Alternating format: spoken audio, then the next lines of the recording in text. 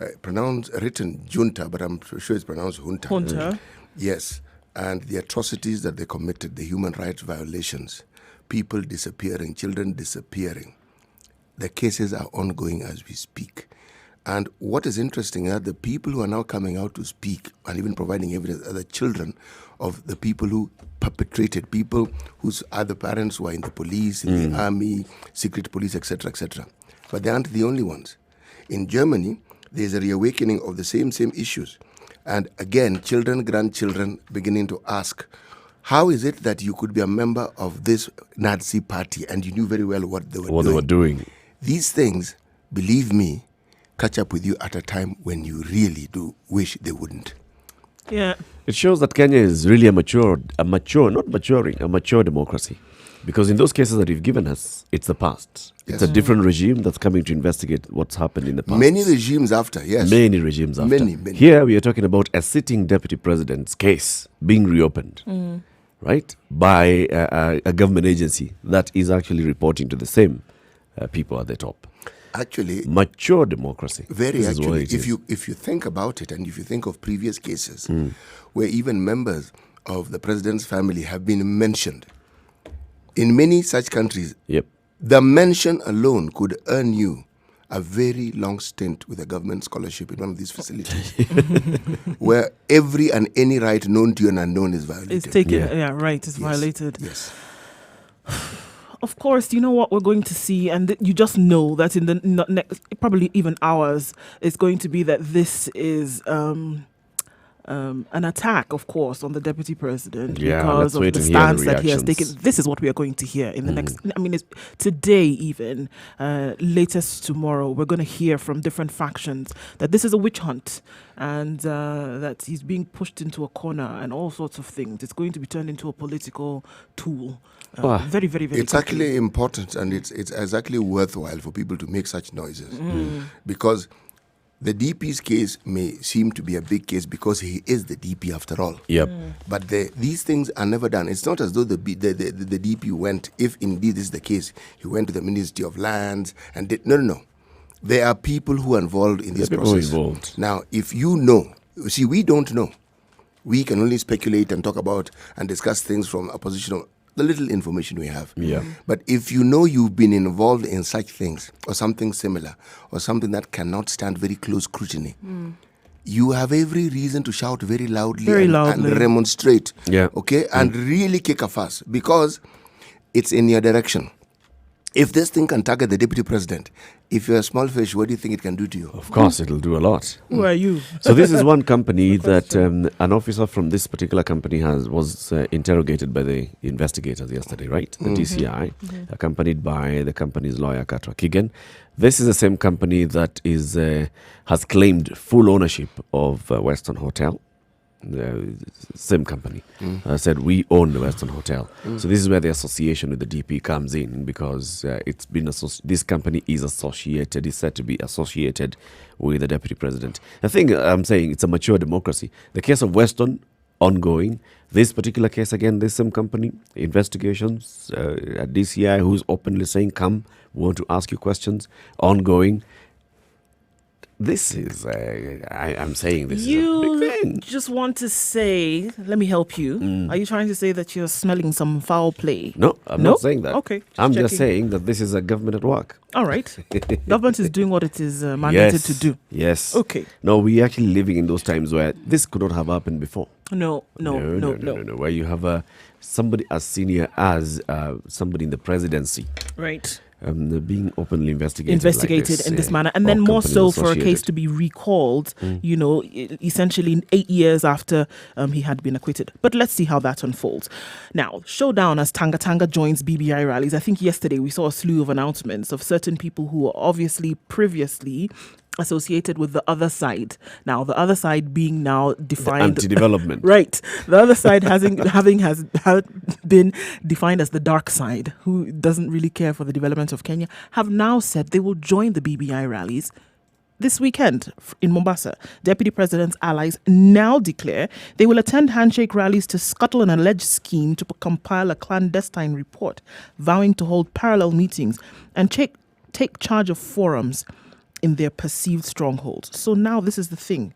I don't think you should announce an ambush, but I think this is what they've gone ahead to do, because they basically said we will attend the rallies. However, we are going to hold... How does attending a rally amount to an ambush? Because they have then said that they will hold parallel meetings and take charge of forums in their perceived strongholds.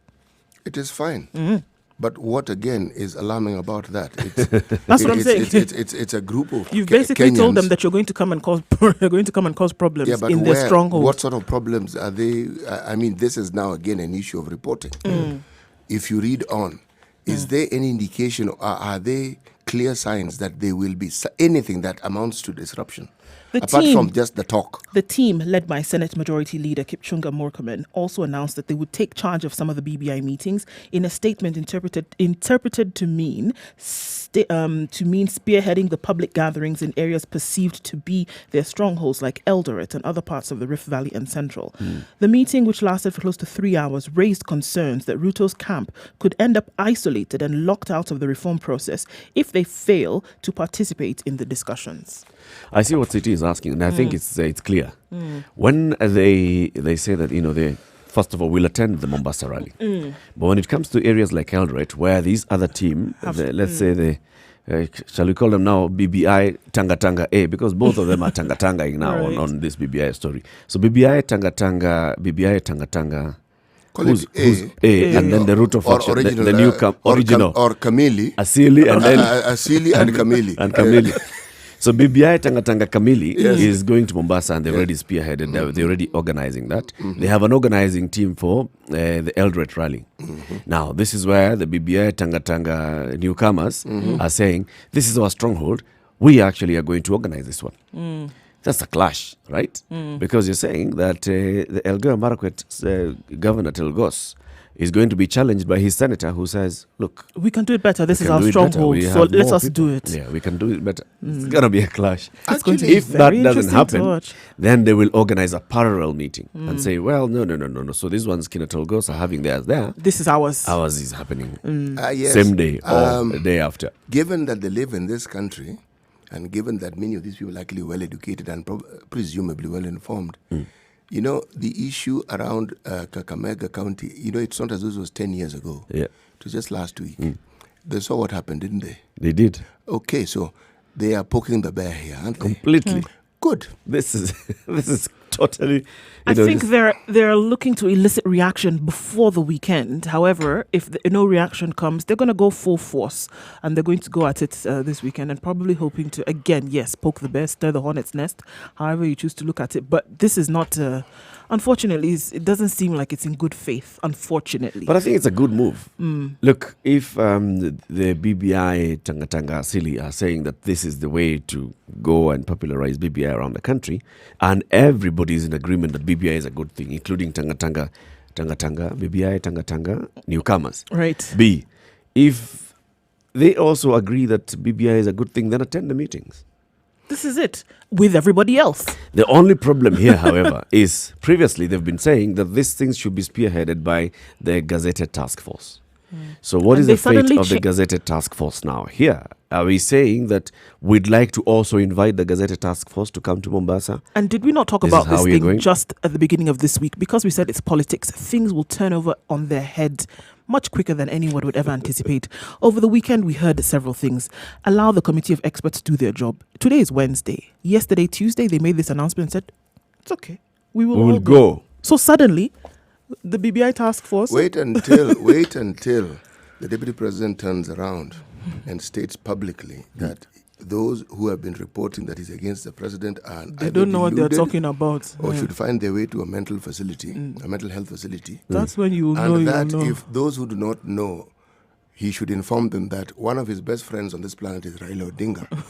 And that Uhuru Kenyatta and he have been working hand in hand. And that there is... Wait and see when that happens. All these fellows who've been spewing all sorts of interesting things will be left holding their left hand.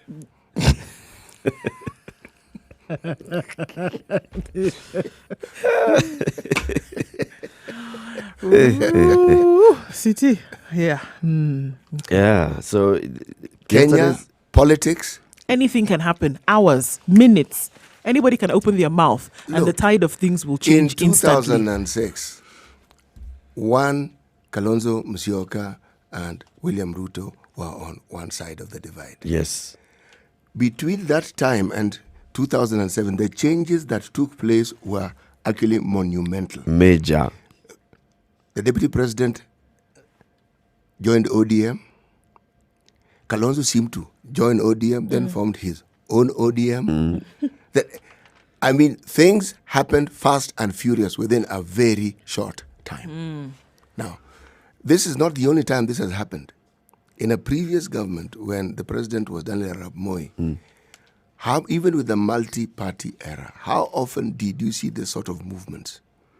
And which culminated in NDP, which was led by Raila Odinga, dissolving itself and he joining KANU. This is Kenya. These movements, you don't want to make a firm decision on it. You want to talk about what you see happening and speculate on what you think may happen next. Just watch. Yes, and usually the very thing you think cannot happen, that is the very thing that will happen. That will happen. Watch from a distance Yes. and laugh it off. Yes. And call them out, like I am. I'm calling them out. So if you wanted a committee of experts to lead this thing, Then what are you talking about right then why are now? you saying you're organizing your own parallel meetings? They have actually given themselves a new title. They themselves are a committee of experts. Yeah. They're the ones who are can the new inform their committee. people better. They are the new committee of In their experts. strongholds. Should we say perceived strongholds? Perceived strongholds. Everything now is a matter of perception. Because even in those very so-called strongholds, you'll find there are people who come from those very areas who hold positions of course. authority, having different views When you go on to the same Elgeyo subject. Marakwet and you find the governor at Olgos is on the other side, of course, then the Jubilee Kieleweke will say that this is our stronghold. As I said, Speaking of strongholds, Professor Stephen Kiama has a stronghold. He does. And this is the University of Nairobi. So yesterday, because after getting that score at the courts, university leadership conundrum deepened yesterday after reinstated Vice Chancellor Stephen Kiama Getahi took over and announced Professor Isaac Mbeche, who was holding the position in acting capacity, had proceeded on annual leave. Suddenly. Professor Mbeche, who's the DVC for Finance, Planning and Development, had started his annual leave on January 6th when the Education CS recalled him to take VC duties. In a communication to staff and students, Professor Kiama says he has appointed Professor Madara Ogot, the DVC for Research and Extension, to act in Professor Mbeche's position for the duration of Professor Mbeche's leave. Further, Professor Julius Ogengo, the Deputy VC for Academic Affairs, has been appointed in acting capacity as Deputy VC Student Affairs to allow for the filling of the position.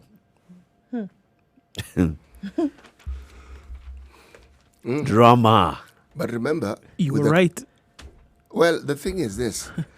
If you understand just one simple fact, that a court ruling is actually the application of the law, just that alone. The moment the court ruled yesterday that everything, we can break as we look into the issues. What it meant was the status quo went back to, no, this was the factory settings Yes. of the first Of the appointment. first appointment. Yes, exactly. So, Professor Kiama is still VC. Until, as we say in Kenya, until otherwise. So during that time, he'll ensure that his tentacles spread. As far and as deep as possible. And remember, he is not doing anything that is illegal here. Of course, Oh, he's no, not. absolutely not. No. If anything, he's on the side of the law. Yes.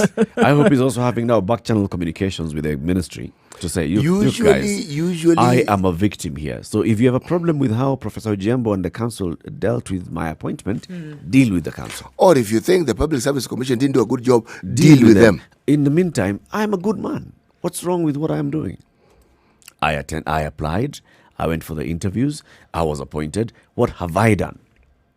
I'm just a victim. You know, one of the, Back-channel communication should actually be talking. one of the things about politicians, and one of the things that they understand well, is not being left in the cold. It's not, we're looking at this group of people who spoke, but there's a certain gentleman called Kimani Ngunjiri. He himself did the about turn very, very quickly. You see, so long as you're making a noise and the state is sort of like staring at you and looking at you, you can likely assume that you have power. Then the state says, okay, let us now draw this line on the sand, shall we? First of all, bring your guns. Hand them over. Bring them over. Simple request, they can. Even when you're licensed and you know that's something that can happen. Withdrawn. Yeah. Now, there is a picture that is drawn in your mind and you know what can follow. Yeah. No one is being accused of something they didn't do. Now, our friend Moses Kuria may complain that he's being sought after. Unfortunately, his tongue is the very rope that is wrapped around his neck. He utters so many things, I think even he himself can't keep track of the things he says. So probably when he's told, this one actually falls under the category of hate speech. This one falls under the category of this. Really? That's what I said. Now, no one who is in politics in Kenya wants to be on any side that puts them in the cold. And that's what the opposition represents. And I think it has come to a full realization that they are actually in the opposition. Yeah. Yep. Not a pleasant position to be in. Nope. They either toe the line or they make more noise. And people who are officially in the opposition seem to be sitting back and saying, Allah? this drama is actually interesting. Why don't we just sit back and just Yeah, watch how it's going to unfold. Let's take a break, shall Yes, we? I mean, someone has decided to volunteer to do our job for us. Leak on some carry glucose on. and watch. Please carry on. Just there. After all, I'm being paid and I don't have yes, to do and much. then get to understand how it is that we've been feeling all these All years. this time. Yes, get a feel. Do you think that they like what they're seeing? No, they don't. They do not. And since they can't come out and say, guys, we took a wrong step.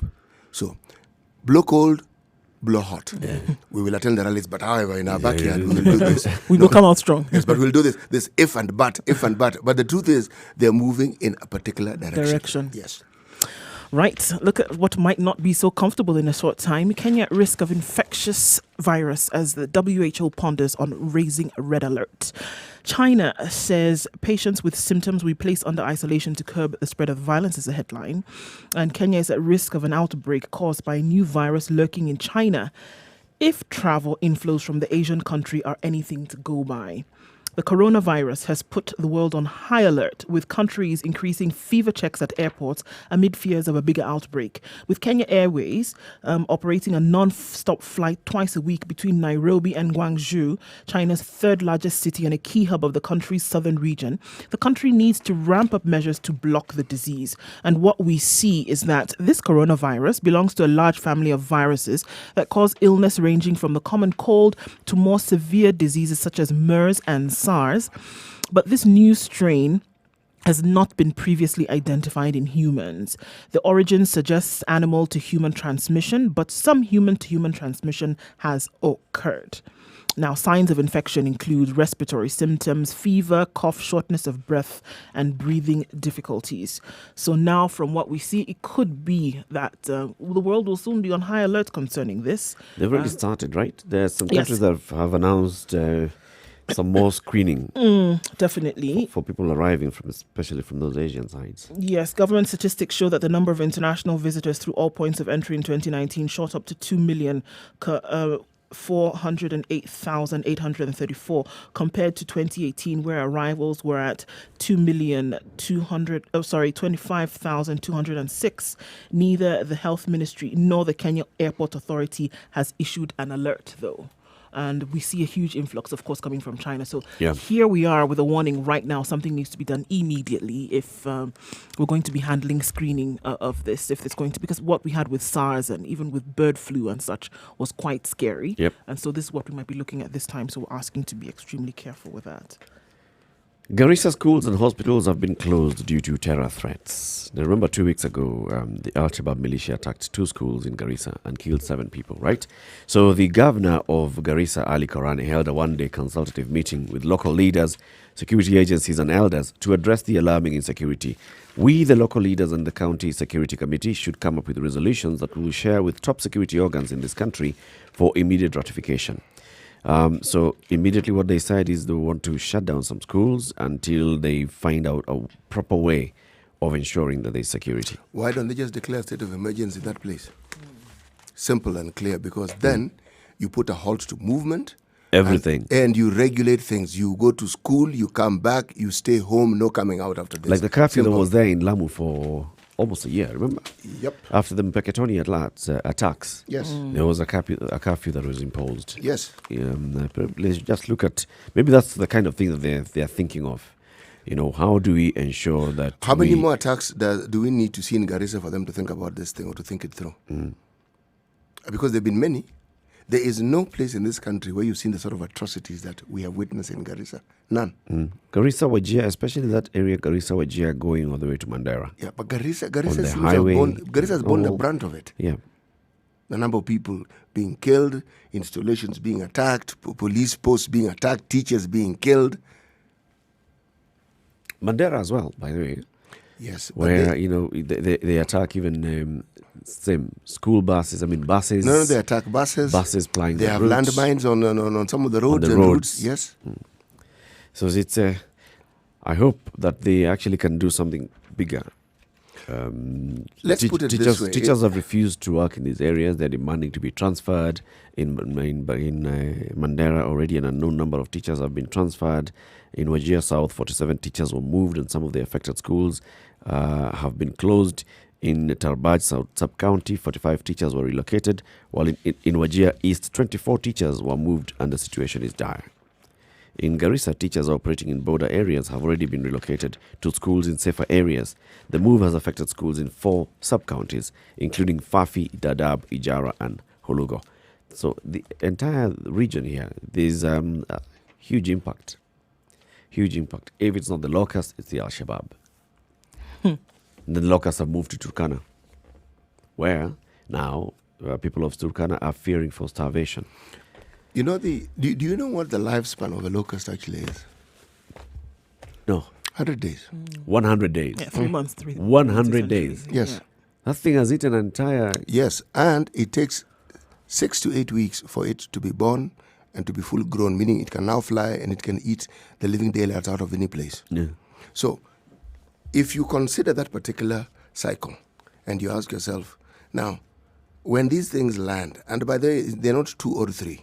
You're talking about millions. The Yes, swarm exactly. is millions. So let's say if you look at the gender parity, it's 50-50, okay? So 1 million female, another million male. The rate, if you give, just work it back. When did they first land? Earlier this year, right? Yes, Early earlier this January. year. Yeah. Yes. Now we are getting to the end of January. Meaning if you just diddle and play around and pick your nose about this matter and we get to March, you know what will have happened? The fellows who first came in will be dying off. Yeah. Right. And their babies. And the babies will be now full grown. And give them another month or so, they'll be in a position to produce more babies. So essentially, this cycle will not end. Yep. And the understanding is that you want to be able to spray these sprays that are supposed to kill them. I don't know whether they're biological and stop them from breeding or actually killing them. I'm not sure. But the truth is, you want to do this before they're mature enough to fly. Right. Now, again, reporting comes here. Maybe the government is actually involved in doing things that are way beyond what we are discussing here. Yep. But we don't know. We don't know. They're not telling us. We don't see it. No, we don't see it. What we hear is that these fellows, the locusts have a plan and they're following it. When they come from Turkana, do you know the county or the area that is next to Turkana? Precisely. Wasingishu. The good thing is that the FAO have said, just looking at it and seeing the kind of wind patterns and all, they've said once they get out of Turkana, they get into Baringo, then they'll go into northern Uganda, into western Uganda, northern Uganda. So the good thing is they may avoid getting into the food baskets. Operative word may. Remember, the may also occurred when they landed in the northeastern and the northern part of Kenya. They said, well, they're likely to just stay here. Did they do that? No. Wind patterns notwithstanding, they moved into Meru and Isiolo. And Isiolo is next to Meru. So when you're talking about Turkana, you have Kitale next door. You've entered bread basket of the country, yes, essentially. Exactly. Yeah. Yes. So wind patterns notwithstanding. But the thing that is also very important to understand with this is that they will decimate crop as they go along. So you will find they will move only when the crop that they have first attacked basically is finished. And then they will go on to where they can find the next. This is the pattern in which they move. They go, eat, finish, move on. And remember, the breeding process, as CT has said, continues. So there needs to be food to feed the young, essentially. So they keep going. These swarms that we talk about, they're not just flying in the sky for want of nothing to do. They're actually looking for food. So as they finish what is in one particular area, that's why you see them moving. They moved from Pokot, Turkana, Wajir. They moved because they finished what was available.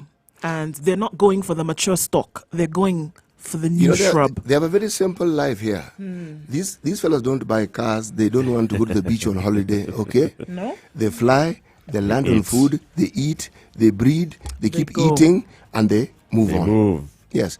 And do you know how many eggs one particular locust, female locust, can actually, how many eggs it produces on average? She's going between 50 and 150 from what we understand. Yes, exactly. Yeah. All right. Now, so when you talk about breeding, even if you talk about an attrition rate of child mortality within the locust community, those numbers are actually alarming. Even if just half survive. Even if a quarter survive.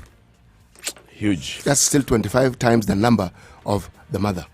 So these figures are not pleasant figures if you think about them. Let's take a look at what's happening on the roads, and then we continue with our top story for the day. Good morning. It's 6:30.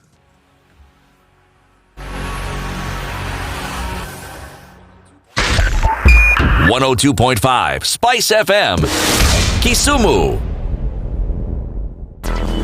Traffic. Right, we're starting this morning with the usual suspects. Mombasa Road, of course, all the way from Nolongo inbound is already bumper to bumper. Interestingly enough, already bumper to bumper traffic. Not moving slowly, but literally it's chock blocked right now. I think this is what we are going to see. And also, as we get more and more towards the time where the construction of the expressway continues, we're going to see more traffic like this. So you need to get out essentially before 6 o'clock. Jogo Road already traffic from Hamza, trying to of course access the city centre via the City Stadium roundabout. That's where we are. Of course, we understand that why the traffic is already that much is because that there was an accident outside the Makadara station this morning already. So that is affecting traffic as we see it. So please approach the area with caution and understand that that's what's happening if you see traffic ahead of you. We'll take a look at what's happening on Thika Road in a short while. But from what we see so far, traffic starts all the way at the Garden City Mall heading into the city centre. Langata Road and Gong Road promises to be surefire today. Let's see what that looks like in a short while. 0719-012-600 is the number to call. Give us a shout on Twitter on Spice FM KE, and let's share the information to keep people moving, at least in a sane way this morning.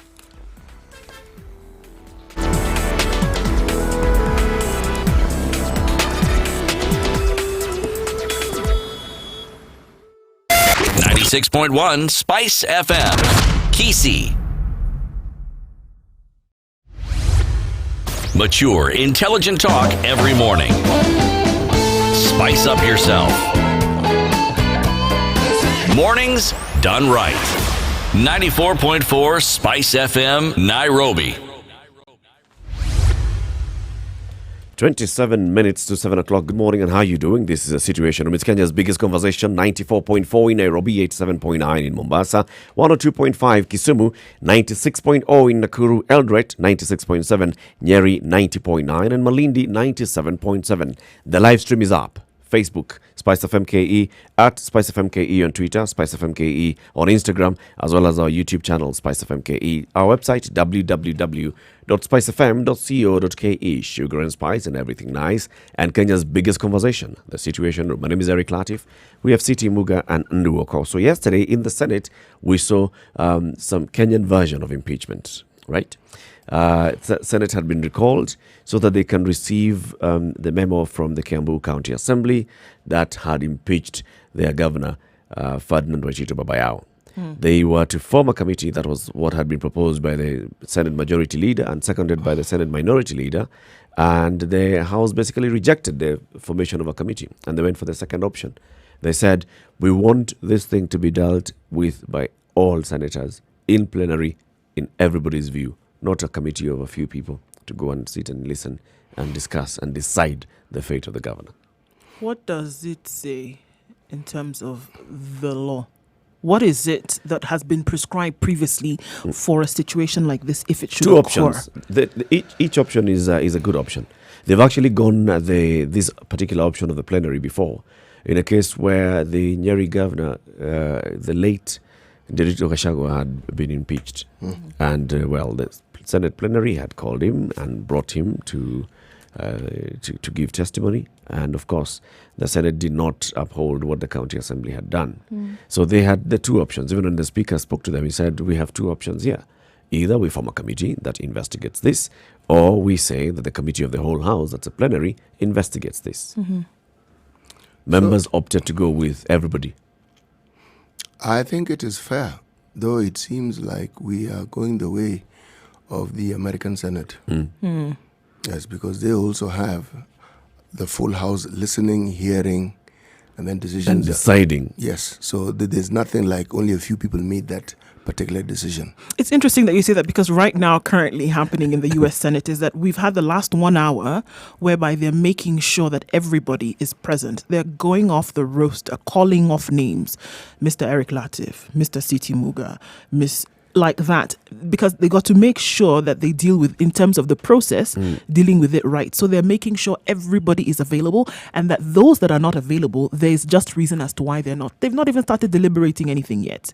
Making sure that everybody is available then for the process Such to a then time-wasting continue. process. I'm telling you, it's been Just on for use an your hour and 10 biometrics. minutes. An No. hour and 10 Everybody minutes. log on with their biometrics. Let's see on the camera, on the screen. So is it present. isn't time wasting. It's anticipating the future, because in such cases, believe me, people will look back and say, okay, we lost because of 3 votes. So-and-so was absent. Now let's look at those who are present and those who are not.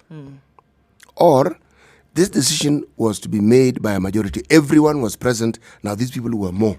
So they all voted in favor.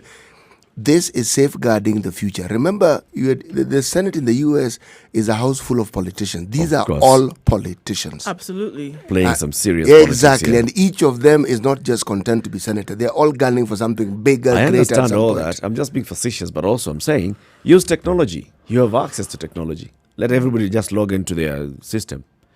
Biometric, it shows on the screen who's present, No, that is who's for... absent. You know, You can these see. these things of theirs are televised. CT Remember? Muga. And they are televised. I mean, right now it's Yes, currently yeah, live. they're televised. So Very classic. this is for the electorate. It's also for, I think it's, yes, record keeping, but it's also Please. for visibility for Yes, the for electorate to see electorate. that what we're Yes, doing, the don't- process is open, transparent, and clean. You know, Eric, you must always ask, who do you think these people are addressing? Like even now in Kenya, who do you think the Senate is? Who do you think they're Playing to the gallery. Exactly. Absolutely. They want to show that, this thing, transparency, Yeah. it's us. It's synonymous with, With us. us. We've even come It's from our recess. middle name. Okay?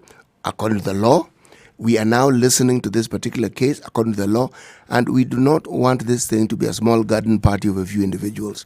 Everyone has to participate. That's us, the Senate. The Kenyan senator was basically saying this house is on trial. Yes. According to public perception, it's very important that we all appear to be fair and just Yes. in this particular case. We are not like that other house where when the issues of the 2/3 gender rule, 3/4 of them are not present. Us, we are We're there. This us, one. us, we are different. As We're different. We're Yes. getting our job done. However, if you just look at it on the other side, this by going the whole house, waliharibu soko, What do so you to mean? speak. Why do you think Waliharibu Soko? You know what soko means in this particular case, right? A small committee means fewer mouths to feed. This is the perception, and that's what they were talking about. They were aware of the perception. The perception that we'd have had is, all right, so a small committee has been dealt Who with. can be spoken to quietly. So who needs to be dealt with here in this committee? How many people do we need? How many senators do we have? 47 plus. If we said 50, would that be 55, No, 60? it's more than 50. It's more more than than 50 because 60? we've got We have a let's number say of 60. nominated. We say and 60? Okay.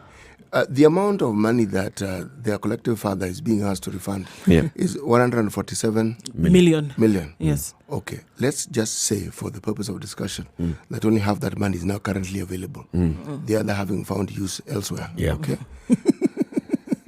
Uh-huh. So, if we now go to the market, can we work with the 70? Can you please?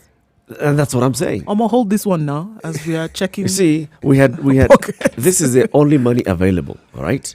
This is what we have. Dealing with a few people would have meant that I'm left it with is- some it pocket is true. change, some It is- loose it change. is true, but now if you're we- telling me I have to deal with If we say they are 60, even, okay, I was saying let's say they are 70, yeah. all right? So half of that is 35. Yes, no, it was 147. So half of that has already been, let's say 77 has gone elsewhere, work, Yes. the usual things that money does. And now you need to feed 35 mouths to get Yes, the vote but going your it's- way. there's something you can start with. It's not, this one. If I owe you 500 and I say, come, I have 200. Just take and hold. I'm coming. This one falls into the category of at least. You're spoiling the negotiation process here by increasing the numbers. If you're only dealing with a committee of 10 or of 7, then you only have to look for a majority in that committee. Get 5. Give each 5 mic, or even 10 million. You're good. Now you're talking about getting some 30 people to vote your way. Look at it this way. When Somebody a case, says, when a case like this is brought before the Senate, Kama I am sure it isn't. Kama You are ending. It's not a question of just the 147. That's what's in the media. There may be other cases that have involved even huge amounts, all right? And people in the Senate can do the maths. It's not that they can't count. Yep. And They can count. And they will know. They'll say, our collective father, we sympathize with you. However, Given the enormity of this case and the things we need to talk about, and it's not just us. Kwanza CT is really vocal about this thing. He's really watching. So and he's a bit religious. So it will take a little more to convince him. So, sisi hatuna shida. CT. Lakini CT. And we need him. You know very, very well that the DPP doesn't listen to such stories. But the number 6 in his office, he's a good person. He's a good person. Yes. We can see him. He's a man who's sympathetic. Okay. We laugh, but do you know these conversations are the ones that are taking place? But they are completely aware of that. And that's why they said, no, committee, no. Kila mtu. Hapa. Yes. We want to see it openly. We want to see who votes where. Let the battle lines be drawn in public. In public. We want to see who votes where. Is that similar thing also capable of happening in the States? But of course, you see, the thing that you must bear in mind about the so-called developed countries is that they give certain things that are grey and questionable legs and wings by legitimizing it. All right?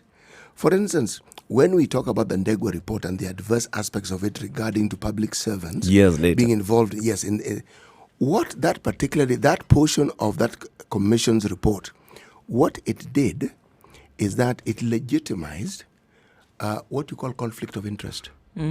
Yes, it made it legitimate. Meaning you are a public servant, but you can also do business. Right. Direct conflict of interest, but he says it can be done. So you've actually sanitized it. Now, in the United States, you are not going to find senators doing anything crazy. They have lobbyists. People who can speak on behalf of whoever it is who needs to be spoken on behalf of. And this is the president. Can you imagine the sort of goodies the guy can throw your direction? I tell you. For your constituents. That bridge that you guys have been talking about. We'll give you. Yes. You guys have been talking about these solar panels you want. You've got this free land in this semi-arid place. And these are the things that are thrown into the negotiations, of course. Yes, they are. Even as you are debating, a lobbyist will have come and spoken to you about this development project, which you have promised your people. Yes. And he will tell you the possibilities of how this can be fast-forwarded and other aspects to it can be added to it without mentioning names. Now it's you to do the maths.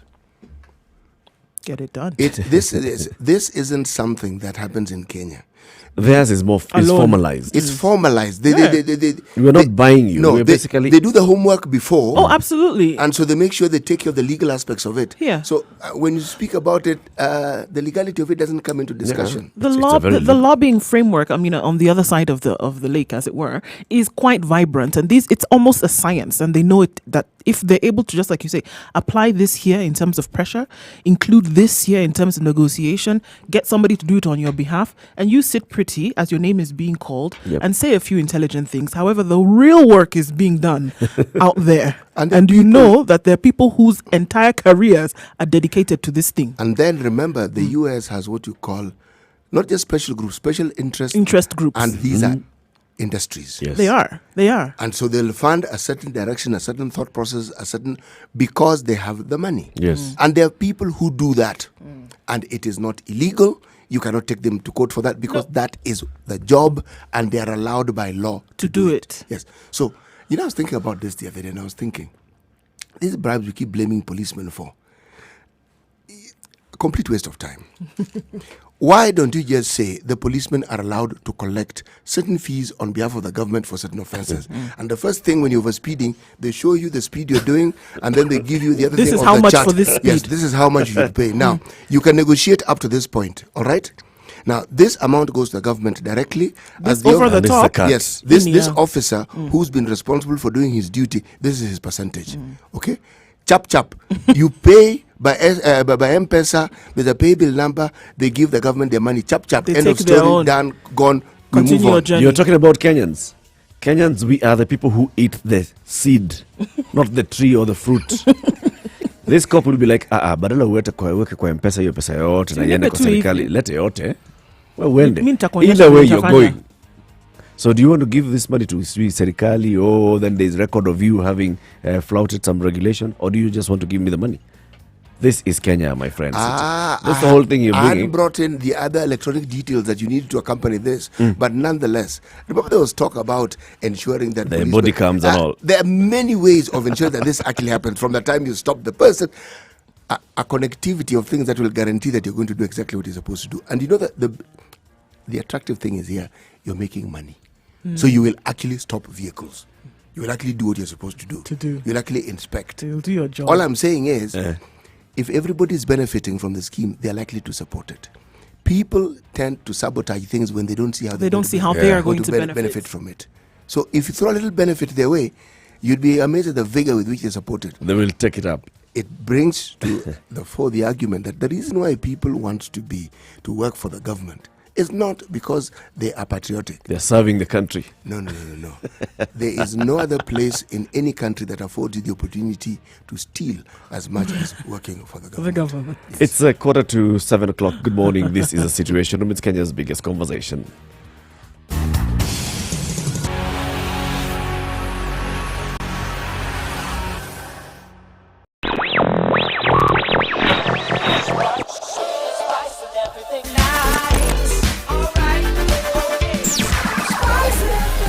Spice up your life. 96.1 Spice FM. Kisi. Mature, intelligent talk every morning. Spice up yourself.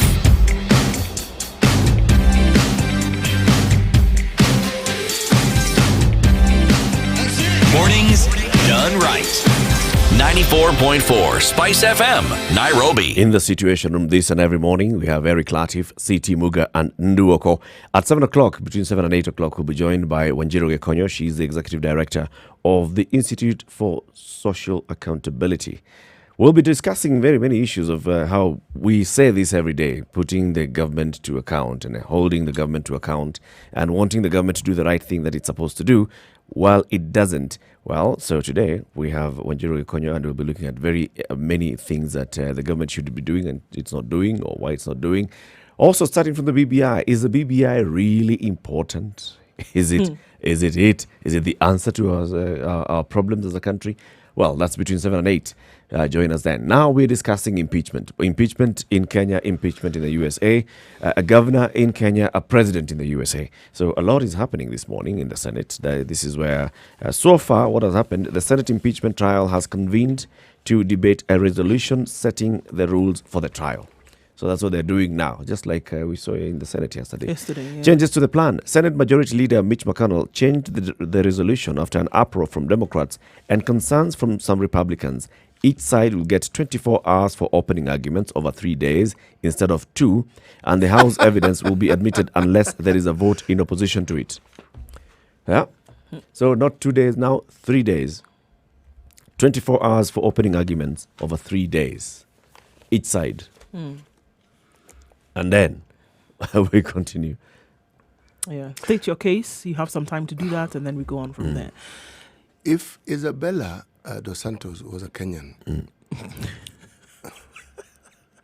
sounds like, and if she was a governor, right, here we go, and she was facing an impeachment process such as the one Governor, His Excellency, Governor, their father, collective father, where it was facing.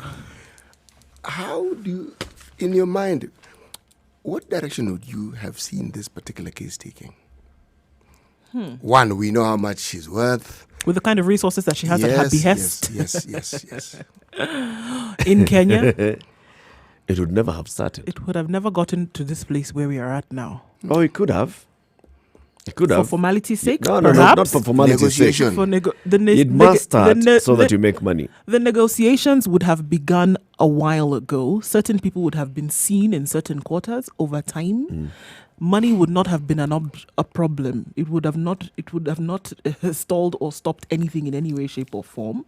And I think that certain decisions would have taken a certain sway already, and we would have heard it in the media before people actually sat down for these 2-3 days of convening. So the Senate votes to kill Schumer's amendment to subpoena Defense Department documents. So there are a couple of amendments that the Senate Minority Leader Chuck Schumer is bringing. So he had brought in an amendment, proposed rules for President Donald Trump's impeachment trial.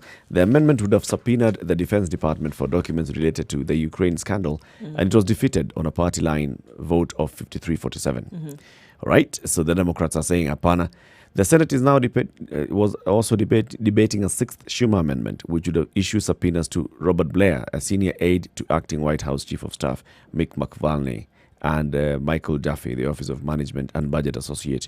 So all those things, they're at that preparatory stage where people are voting on party lines, either the Democrats or the Republicans, to a man. So that's the whole thing that we were looking at earlier, CT, and thinking, there are some people who are Republicans, but they will vote against Donald Trump. Is not taking shape yet. Maybe at some point during the... It's already taken shape, because if you remember, this issue of a 2-hour debate, some of the people who protested against this were Republicans. Right. It wasn't as though, there was a clear Republicans on one side and Democrats on one side. No. That's all you need to see. There are people who believe they are fair-minded. Remember, this is not just about the president. It's about the constituents. You want your constituents to see you taking a certain position. And then there is the individual ethos. Somebody may feel, something. I may be a Democrat or I may be Republican, but I don't quite agree with this. Just as well, there may be Democrats who think that Trump is okay. Yeah, that we can just leave him the way he is. All I'm saying is that people may band it together and say, as a party, this is our position. But there'll be people who actually change their mind. Remember, even in our own Senate, one Senator, Orengo, had taken a particular position. Then when there was a little hue and cry among the members, he said, no, can we have a 10-minute recess so that we can agree? Let's agree amongst ourselves. Let's adjourn so that we can, we can consolidate. Precisely, because there was a narrative that he seemed to agree with, Yep. and people had discussed and agreed. They brought it to the whole plenary. They said, what are you talking about? Yeah. We are not on the same page here. We're not even on the same page. And so there was, of course, taken aback and said, okay, we actually need to let's talk, take a recess. Give us a minute. So we can... Yes. And then when they came back, the thing changed. Is that not so? Consensus. Yes. So, in fact, I looked at Orengo and I thought, wow, Orengo. He is the one who had seconded this motion to have a committee. He did. And he came back and he rookered Senator Murkomen. Completely. He said, but Murkomen, remember I had told you. I had told you this thing earlier. I had told you, think about bringing it to... now let's man threw Murkomen under the bus. Completely. Put the key in the ignition, and then looked for another bus, reversed. just in case the first bus missed it. Yeah, reversed and then went forward. And the man who had been proposed to be the chairman of that committee, Cleopa Malala, the senator for Kakamega, yes. When it came to vote, how do you vote? No. He voted against formation of a committee, which he was going to be a chair of. Which means it had been discussed. They had agreed. Malala, you take this. Nani, you take this. And why? These are the people who seem to have opposed this thing. And it's okay. And hii itakuwa namna hii. Sawa. Okay. Then you... Ukifika hivi ndio unafaa kusema. Sawa. No, kwanza hiyo ni mzuri sana. Sasa Orengo, wewe unajulikana kama wewe unapengaga kila kitu. So you second it. Yeah. No, sorry. Night and day. Amos Wako, in support of the formation of the committee, stood up and said, I support this committee. In fact, I'm looking at these people here. He started going through names one by one. I'm looking at Senator Kehika Kimani. She is a president of IPU. She's... I'm looking at... These are very good people with good credentials. And it came to voting. No.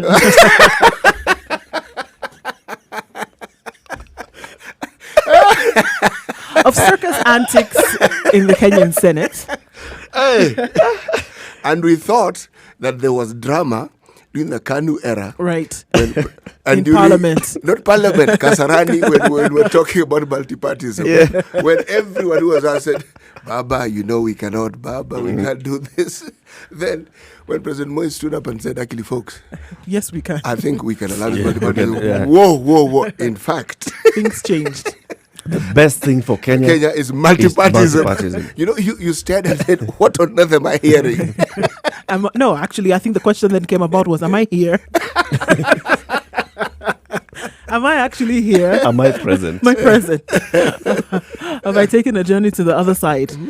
And then it will be interesting to see what comes out of this, because clearly discussions were had, agreements were made, and then now when it comes to the crux of it, obviously people are going in a totally different direction, and it's quite comical to watch, but then probably indicative of how serious some of these things are taken when agreements are made. Of course, then you have to go back and say, okay, in this case now, how serious will it be a decision if a conviction is actually made or a conviction is stayed?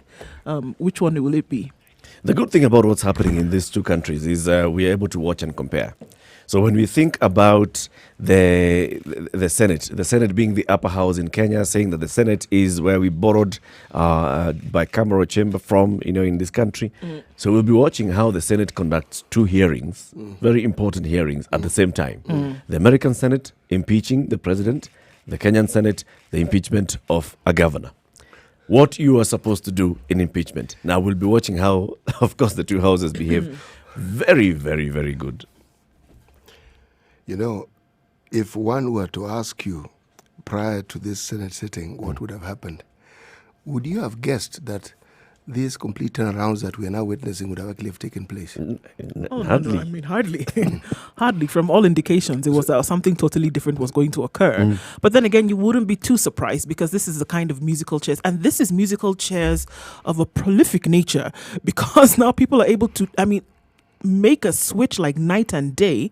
But you wouldn't be surprised. You wouldn't be surprised. You didn't expect it, but you're not surprised because you expect this from the kind of politics we see in this country.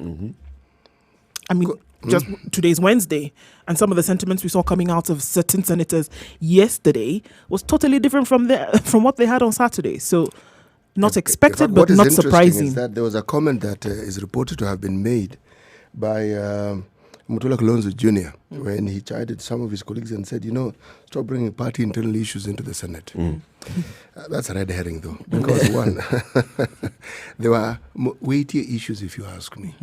By the time senators are doing these 360-degree movements, whatever it is that they had discussed and agreed upon, when it actually came to the floor of the Senate, and every senator who was present now had a say in it, what they're discussing in private didn't seem to be that cozy after all. They realized this thing isn't going to add up. So why don't we just do what we do best? Yes. Our guest for the next hour is already in the studio, Wanjiru Gekonyo. She's the executive director of TISA, the Institute for Social Accountability. Let's just say good morning to you, and then we go into the top of the hour. Good morning, Wanjiru. Good morning. How are you doing? I'm very well. Thank you very much for joining us. Yeah. So, of course, we'll come in and you'll chime in on what happens in the Senate in this particular one. We know that TISA does a lot of looking at how our devolution is rolling out. You'll be giving us your opinion on that. And then we'll also be discussing this whole issue of the BBI. We'll be discussing how we put the government to account and looking at things like observing court orders. Is the government actually right? Is it wrong? Are we doing the right thing when we're going about all these things? So, of course, our guest for the next hour, Wanjiru Gekonyo, from TISA, the Institute for Social Accountability. She's in the studio.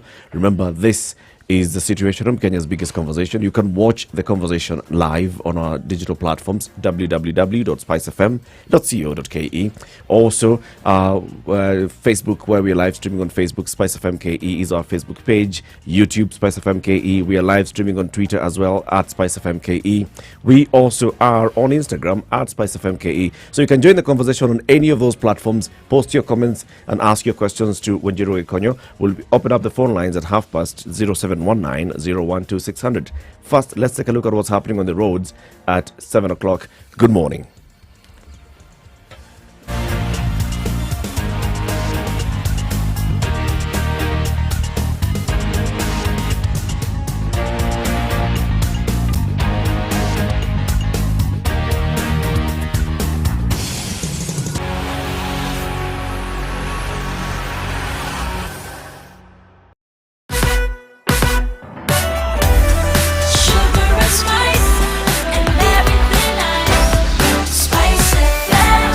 up your life.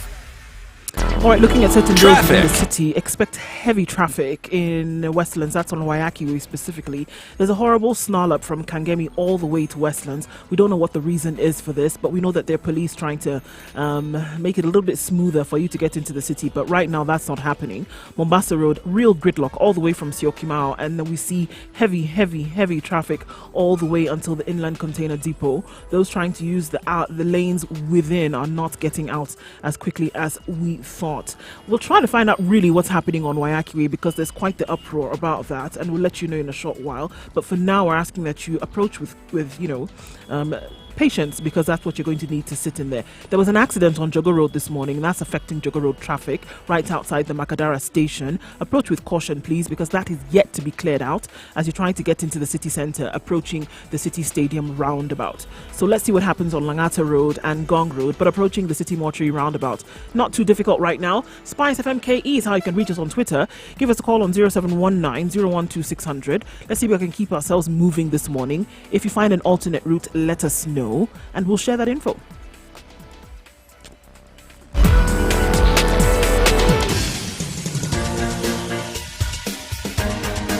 This is The Situation Room, the home of hard-hitting political commentary and penetrating insights about the state of the nation. This is a talk radio experience like no other. The Situation Room, a place for hard truths, debates, and elevated conversations. The Situation Room, witty, political, engaging, deep, controversial. In the room, we have C.T. Muga, researcher, academic, seasoned political observer, a fountain of wisdom in these politically uncertain times. Ndu Oko, Nigerian by birth, Kenyan by choice, communications expert, Pan-Africanist, a truth seeker and believer in people power, and Eric Latif, agent provocateur, the man in the chair, seasoned journalist, news hound, a man who believes in punching up, not down.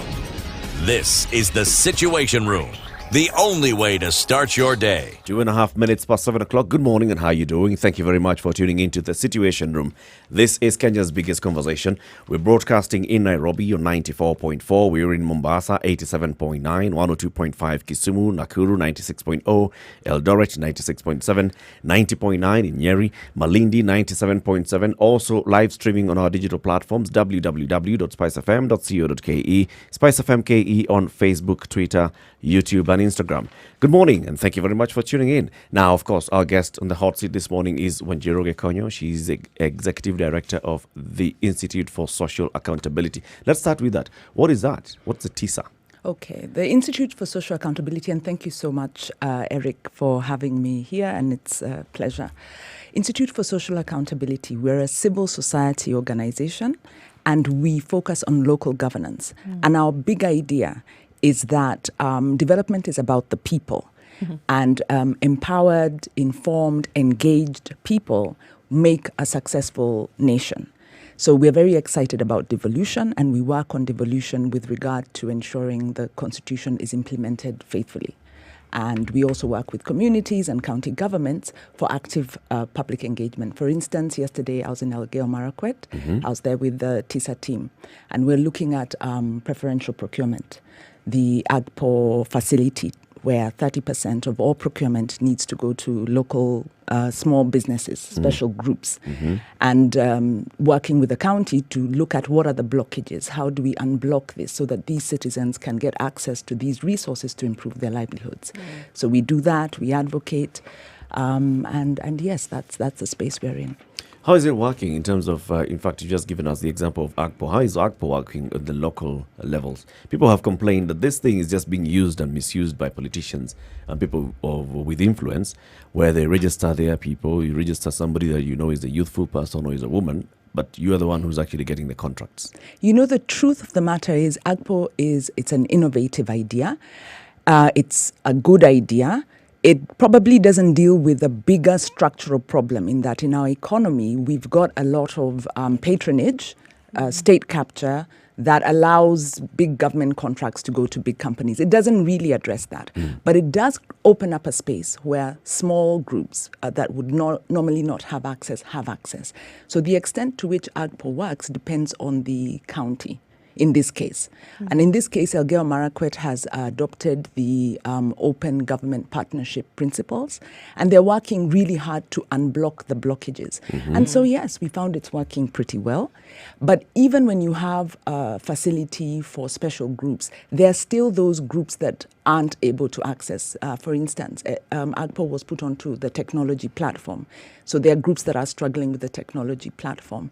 AGPO is a national government initiative, and national government has not paid attention to what is needed at county. So actually the big thing coming out was there's a problem. There are young groups, young people who have HELB arrears. They've got CRB negative reports because they have a fuliza of, some 1,000 shillings, yes. And so they are knocked off the platform. And then also the process is too national government centric, which goes to the heart of national government has to recognize we have a devolved government, and they have to enable counties to serve people, because devolution is about taking services, opportunities closer to the people.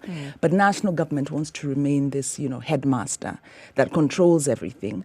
And so there's still conversations that need to happen to allow, local governance systems to work. Is there an acceptance of this blockage on the part of national government from what you've seen? Is it clear to them as national governments that they could be a stumbling block to this process in terms of this headmaster status that you've talked about?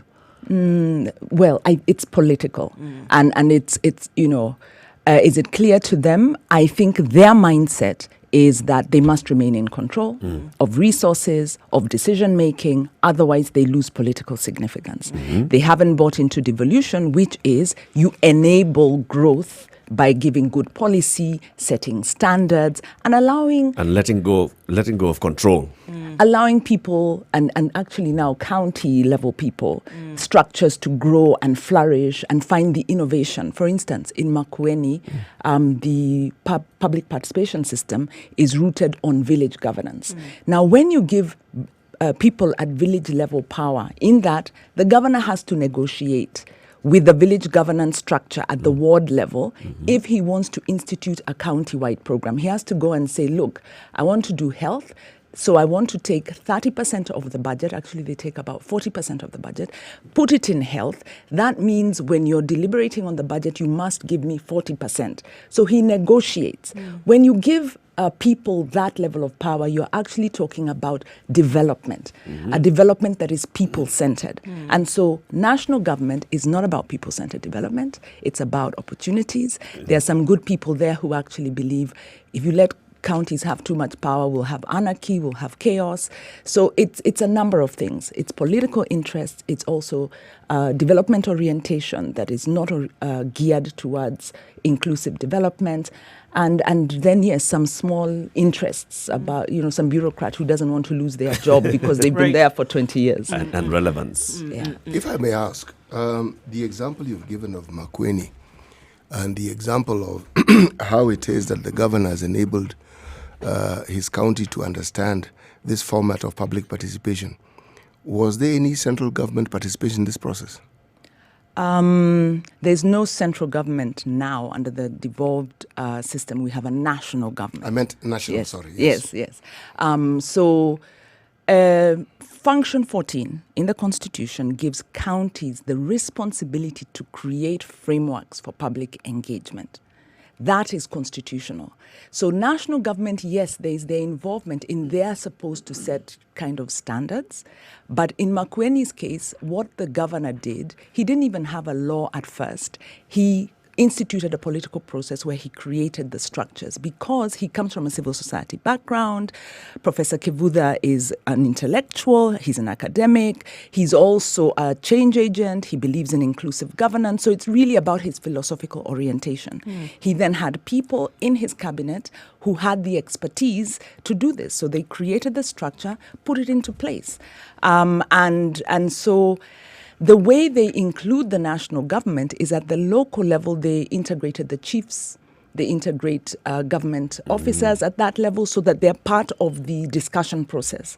So yes, it's an inclusive framework with regard to the national administration. Whether they include national political leaders, I am not sure. I don't think they necessarily do. even though there's an anticipation in the County Government Act, the national government public participation structures will have a space for national political leaders where the governor sits and deliberates and gives members of parliament, senators, women rep, an opportunity to input significantly into county government affairs. And that hasn't happened. And that's part of the problem of the tug of war between national and county. So if we look at this example again, then it means that the governors actually have not just the mandate, but they also have the space to do the very things that they believe would be helpful, would be developmental to their constituents. So, the national government's role in this, insofar as we see it, yes, it may exist, but it doesn't really hinder the governors from actually doing what they should do, does it? No, it does. Yes and no. It doesn't. In that, and at the very outset of when the devolution laws were crafted and the task force on devolved government was looking at how do we roll this out, one of the experts, who's Professor Paul Smoke from the US, who studied decentralization processes, said under the Constitution, governors can proceed to implement and policy can be created from their practice. So when national government fails, county governments can proactively engage, which is what Governor Kivuda has done. Even with the universal health care, which he instituted. He didn't wait for the national policy. He just decided this is what my people need. I'm going to go ahead and implement. So you're right. Actually, where I was going with this is that there is a failure on part of the governors.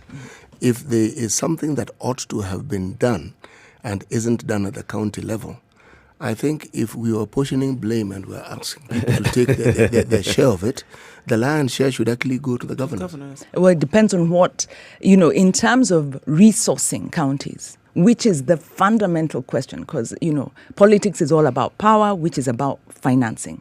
The final say is with the national government. And that is where the national government has refused to allow counties to get their fair share of the revenue generated nationally to enable them to deliver services at a quality that is required, is expected actually of a middle income status company or of a country, or of a country that pays the level of taxation that we do. So yes, governors with the right philosophical orientation and good management skills can implement a lot. But even if you go to Makueni, they are struggling and they will tell you, we have had to make trade-offs. There are things we'd like to do. It's very expensive to run a county governance structure. We need that money to come down to enable us to, fully realize the potential. So there's blame, I think, on both sides. There's failure of political leadership at both levels, but devolution is at risk. Maybe 60% more because of national government, 40% because of governors refusing to do what they're supposed to do. Wajiro, we have now 7 years of devolution. And I keep saying this is 7 years of the Constitution of Kenya 2010. In those first 3 years, we're just basically breathing life into it. So we've practiced it for 7 years. And then because of that, we have various issues, things that are working, some things that are not working. And that informed some of the things that came out in the BBI report. What do you think of the BBI report? Is it, directly to ask you, is it a smokescreen for failure to implement the Constitution? Those are your words, and I agree with them entirely. Enough said. We don't need to discuss the BBI beyond that point. I think the BBI is an appeasement strategy.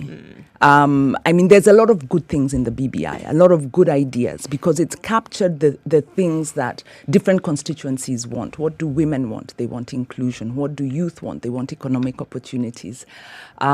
People with disabilities. What do, even civil society want? We want political accountability by doing the citizen vetting of political leaders, because this is something that's been done. Now, it's captured all of those and put them in there. So everybody has something in the BBI that they really want. But a lot of that actually doesn't need a referendum to be implemented. With the political will, the administration in power could have implemented those things. So what does the BBI really seek to do? And what does it fail to do? What occasioned the handshake The handshake was occasioned by the events of 2017 when there was manipulation of the electoral process. Chris Musandu died. The IEBC was, essentially decapacitated through a lot of political interference that led to 2 elections that are, one of which was annulled, the other is very questionable in terms of legitimacy. So there was manipulation of our electoral system by the administration. And that is what led the country to the brink of crisis. That is what the handshake was about, bringing peace back to the country. And I support the handshake. We needed that. But the handshake needed to be principled, to say, okay, we've shaken hands, so we stop fighting at each other. But let's acknowledge the fact that we ran into this problem. It's a political problem. Yeah. Now, the BBI has sidestepped that issue and gone on to say, well, we have low political accountability, we've got bad values, we've got blah, blah, blah, blah, blah. And it avoids the core question, what went wrong in 2017? What has gone wrong since the first settlement that we had after 2007 through the Kofi Annan process that had 4 items for implementation? What's the status? That is the conversation to say, if we look at the democratic trajectory from when multi-party politics were introduced to where we are now, what has gone wrong at these key points? BBI ignores that question and instead takes us back into some small kind of palliatives, technical solutions. And it essentially seeks to appease the political elite, saying, there's music playing. Yeah. I mean, I should stop talking. I continue. I should catch the rhythm. Go with the flow. Go with the flow. Right. So what BBI is telling us is if we do not appease Uhuru Kenyatta, if we do not appease Raila Odinga, they could fight again. And because they hold, Uhuru holds the, instruments of security that can rain terror on us. And because there's this, kind of political fight between them. If we don't appease them by giving them something, we are going to drive the country to crisis. Instead of saying, what is ailing us? And how do we deal with the fundamental problem? And in my view, the fundamental problem, and I think even BBI says it, is lack of political accountability. So the BBI has already addressed it. So it hasn't sidestepped it. What it hasn't done is it hasn't done enough analysis. It doesn't go far enough in terms of apportioning where the breakages lie. So the analysis is very questionable. And then their proposals then sweep aside the issue. What would BBI have done? BBI would have said 2017, status of implementation of the Constitution, lack of political accountability. First thing, of course, whoever brought the country to the brink of crisis doesn't then warrant to continue. So it would have been, the discussion in 2017. Take a break. Are you telling me I've gone too far? Hold you might be shut down. Or I am being shut down. No. Or we're out of time. I'm actually telling you, just hold your horses. Hold your horses. Have some water. There's a time to say these things. We're going to a short break. You will continue saying the very same things. We're going to a short break. Yes. We have in the studio Wanjiru Gekonyo. She's the executive director of the Institute for Social Accountability. Let's take a short break and then come back and continue the conversation. She is saying the BBI was given a mandate. It sidestepped that mandate. And then we'll understand what exactly she means when we come back. Good morning. 24/7.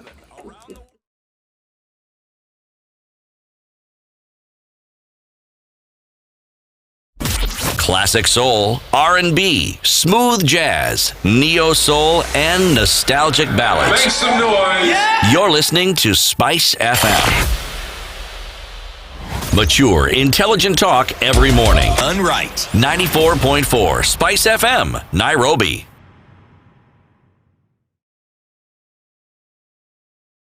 Mature, intelligent talk every morning. Spice up yourself.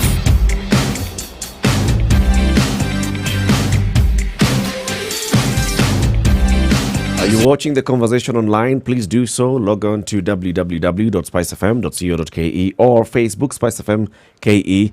We are also live streaming on Twitter, Spice FM KE, and our YouTube channel is Spice FM KE. Wanjiru, before we went into that short break, you're telling us what the BBI should have done. So let's go back. handshake. Handshake is as a result of two leaders realizing where the country is. And then they say, let's form a task force that looks at our issues and sees how do we move forward to ensure we never get to a position where we were at the end of 2017.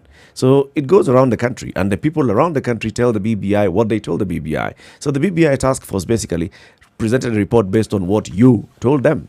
So if you didn't tell them, look, address 2017. Where did they get that from? Where did they get that from? You know, the process is as important as the output of the process. And the process of the BBI is what was faulty, because first of all, the handshake was a year and a half ago. The BBI needed to have come immediately after that. And the questions around the BBI were also curated, because the big question would have been, where have we gone wrong? What went wrong in 2017? So it's fine. They let political temperatures, appease, which is okay. And so they then wait a year and a half, during which time there continues to be violation of the Constitution. There continues to be intimidation of the judiciary. You know, the very bad habits that led us into 2017 continue. Yep. So the thing is, with the BBI, the process is so heavily curated. The only outcome could have been this report. So when you say, well, we now have a report, it's gospel truth, I say no, because the whole process of generating that. The other thing with the BBI is the first question they would have looked at. And, this is a tactic of regimes that really want to control the civic space, in that they give you a time frame during which you need to consider any issue. And the BBI's time frame is very narrow.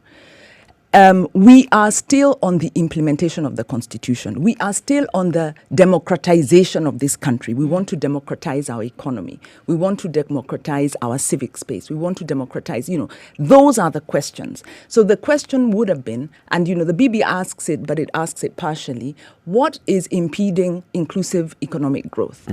And where is the responsibility around that? And the reason the BBI sidestepped critical issues. We have four pillars that were identified after the 2007 electoral violence. The non-implementation of the Truth and Justice Commission report, which deals heavily also with land, because we have the Dongo Commission report. Non-implementation of those are significant factors into the problem that we are having today. So when BBI picks, small proposals of how to resolve, the immediate issues we have, without dealing with the structural fundamental issues, it can only be a political, it's a political masterstroke, because it's telling Kenyans, you have lots of problems, we're going to give you all these solutions, but you don't deal with the underlying problem, which is political leadership, lack of political accountability, state capture. So the other thing, if you look at BBI philosophically, if you look at the Constitution is very clear on values and principles on which it is founded, because that process deliberated a lot. What are we about? We're about inclusion. We're about values, transparency, accountability. And this is repeated right through the Constitution. BBI doesn't even attempt to do that. It has bits and pieces here and there. But when you read through, for instance, they're talking about compulsory, community service kind of thing. They're talking about centralizing, creating an office of public participation. And you look and say, so philosophically, where are you people? Are you saying we, the public, don't know how to engage? So they're very centrist. They're actually not particularly democratic, because if you look at, for instance, in Makueni, the way public participation has been created, it's a bottom-up process. You don't want to re-centralize it at the national level. National government has not been putting money into public participation. There's lower public participation in the national budget and policy than there is at county level. So BBI has a lot of good. But the weaknesses or what's missing is actually dangerous, because BBI is not consistent within itself. It's not telling us the main things. But I thought the report was precisely that, a report. They went around the country, they collected views, and they were telling us this is what we found. Or is it something else that I missed? Right, and then we have a committee of experts also, essentially doing the same thing now. The sort of debate we're having here, because we had Paul Mwangi here, and there are many things that were clearly inconclusive. So I took the view that, having presented the report, we were now opened up for further discussion, and this is what we're having, that you haven't done this, this is what you ought to have done. This clearly hasn't been done. Or are we saying that the report they gave was conclusive? I'm at pains to even answer that question because their process is so is flawed. It's quite inconsistent. And the only person it serves is the political elite. Why do I say that? Because the questions were curated. They came out as questions. If I had been asked, the question would have been about political accountability around a specific issue. So BBI is making us look at another host of symptomatic problems instead of dealing with the core problem, lack of political accountability. But when you give a report, what you've done is actually opened a debate. If we had been informed that whatever report we had been given was the final report, and this is what they're going to go by, then I would agree with you 100%. But that isn't the case, is it? She's coming from the point, CT, that from the very beginning, from when they started... Oh, no, I got that their perfectly. report and their views, they started the journey in the wrong direction. I got that They're in perfectly. Mombasa, they should be in Kisumu. So now telling them, oh, now you're in Mombasa, yes, it's fine, let's look at how you got here. Eric, you shouldn't have come to Mombasa in the first But place. by virtue of the report fact arose that the report from the on, findings that they had, and in this case, we don't have a committee of which their duties have then come to a conclusion. We still have a committee who's still then asked to go back and say that we found this out, but it was not conclusive. We found certain things out, but we have not finished the work. So people then have this feeling that they're still going on. Some of the things that you said, are we now going to look at the root of the problem? Because these are some sentiments that would have come to the fore in the sense that we're not dealing with the root. It's called feedback, if you ask me. Because so the feedback is still being given. The process is still carrying on. Even the framework was faulty. Feedback. We don't think that it actually serves the interests of the people. You're serving your own interests. Feedback. And with reasons. Feedback.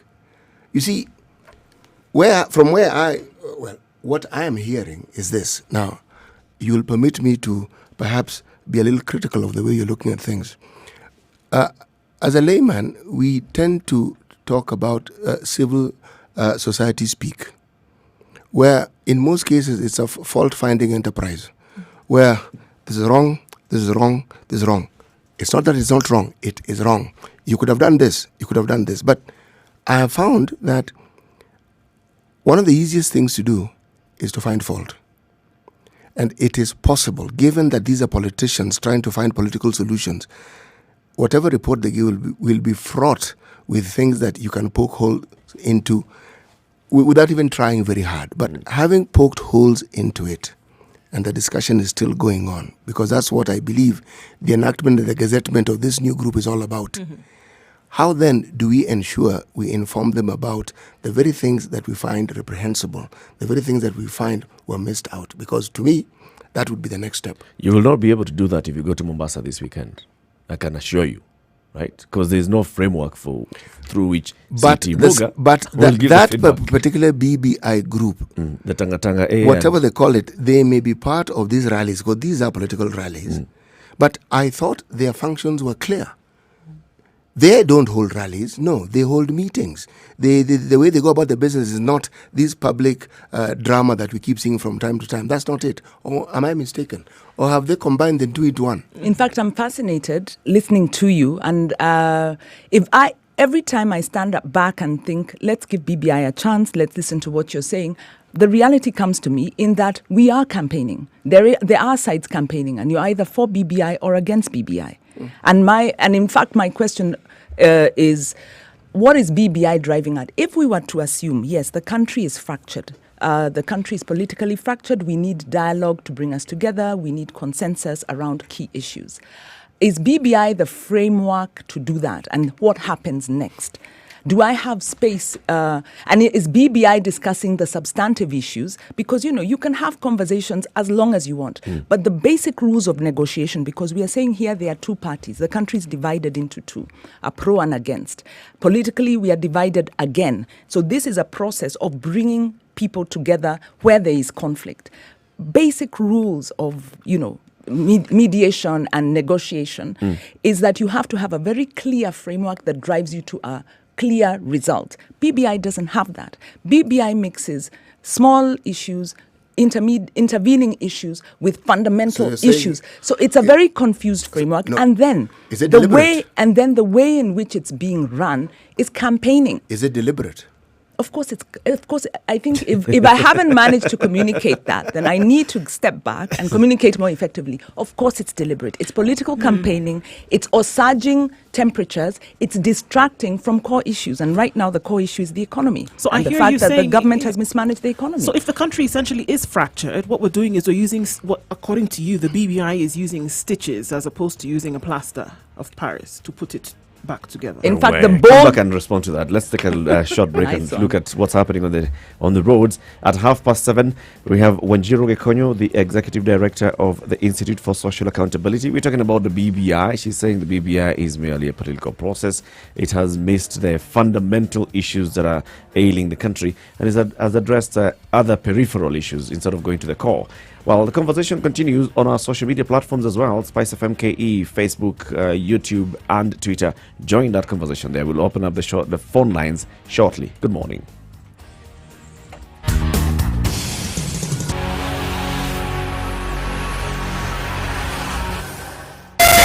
.9 Spice FM, Mombasa.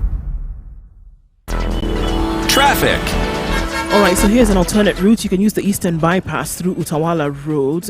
It's actually flowing quite well. Mombasa Road is not an option. Coming through North Airport Road and, of course, joining the main Mombasa Road, not an option now because it is not moving at all. The Southern Bypass is also an option to get through into the city, of course, going the long way, or if you don't have the patience to sit through Mombasa Road right now. Of course, Jogo Road is still crazy right now. Kiambu Road as well, from Jacaranda all the way, trying to get into town. Wayaki Way is moving, but it is slow. The service lane on Thika Road is moving quite smoothly, but the traffic starts at Muthaiga, unfortunately, so that's not moving as fast as we would like it to. There is traffic in all different kinds of pockets of the city. We're going to call for some patience because we have now officially entered traffic hour. Let's see how we can apply patience to get through. Spice FM KE is the Twitter handle. Give us a call on 0719 012 600. It's a busy Wednesday morning.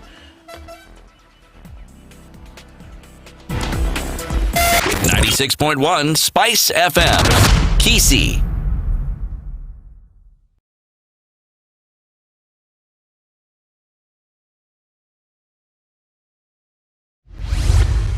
Mature, intelligent talk every morning. Spice up yourself. Mornings done right. 94.4 Spice FM, Nairobi. So Wanjiru Gekonyo is in the studio. She's behaving just like the Supreme Court in 2017. The process is flawed. Go back to the beginning. This is what we're basically hearing you say.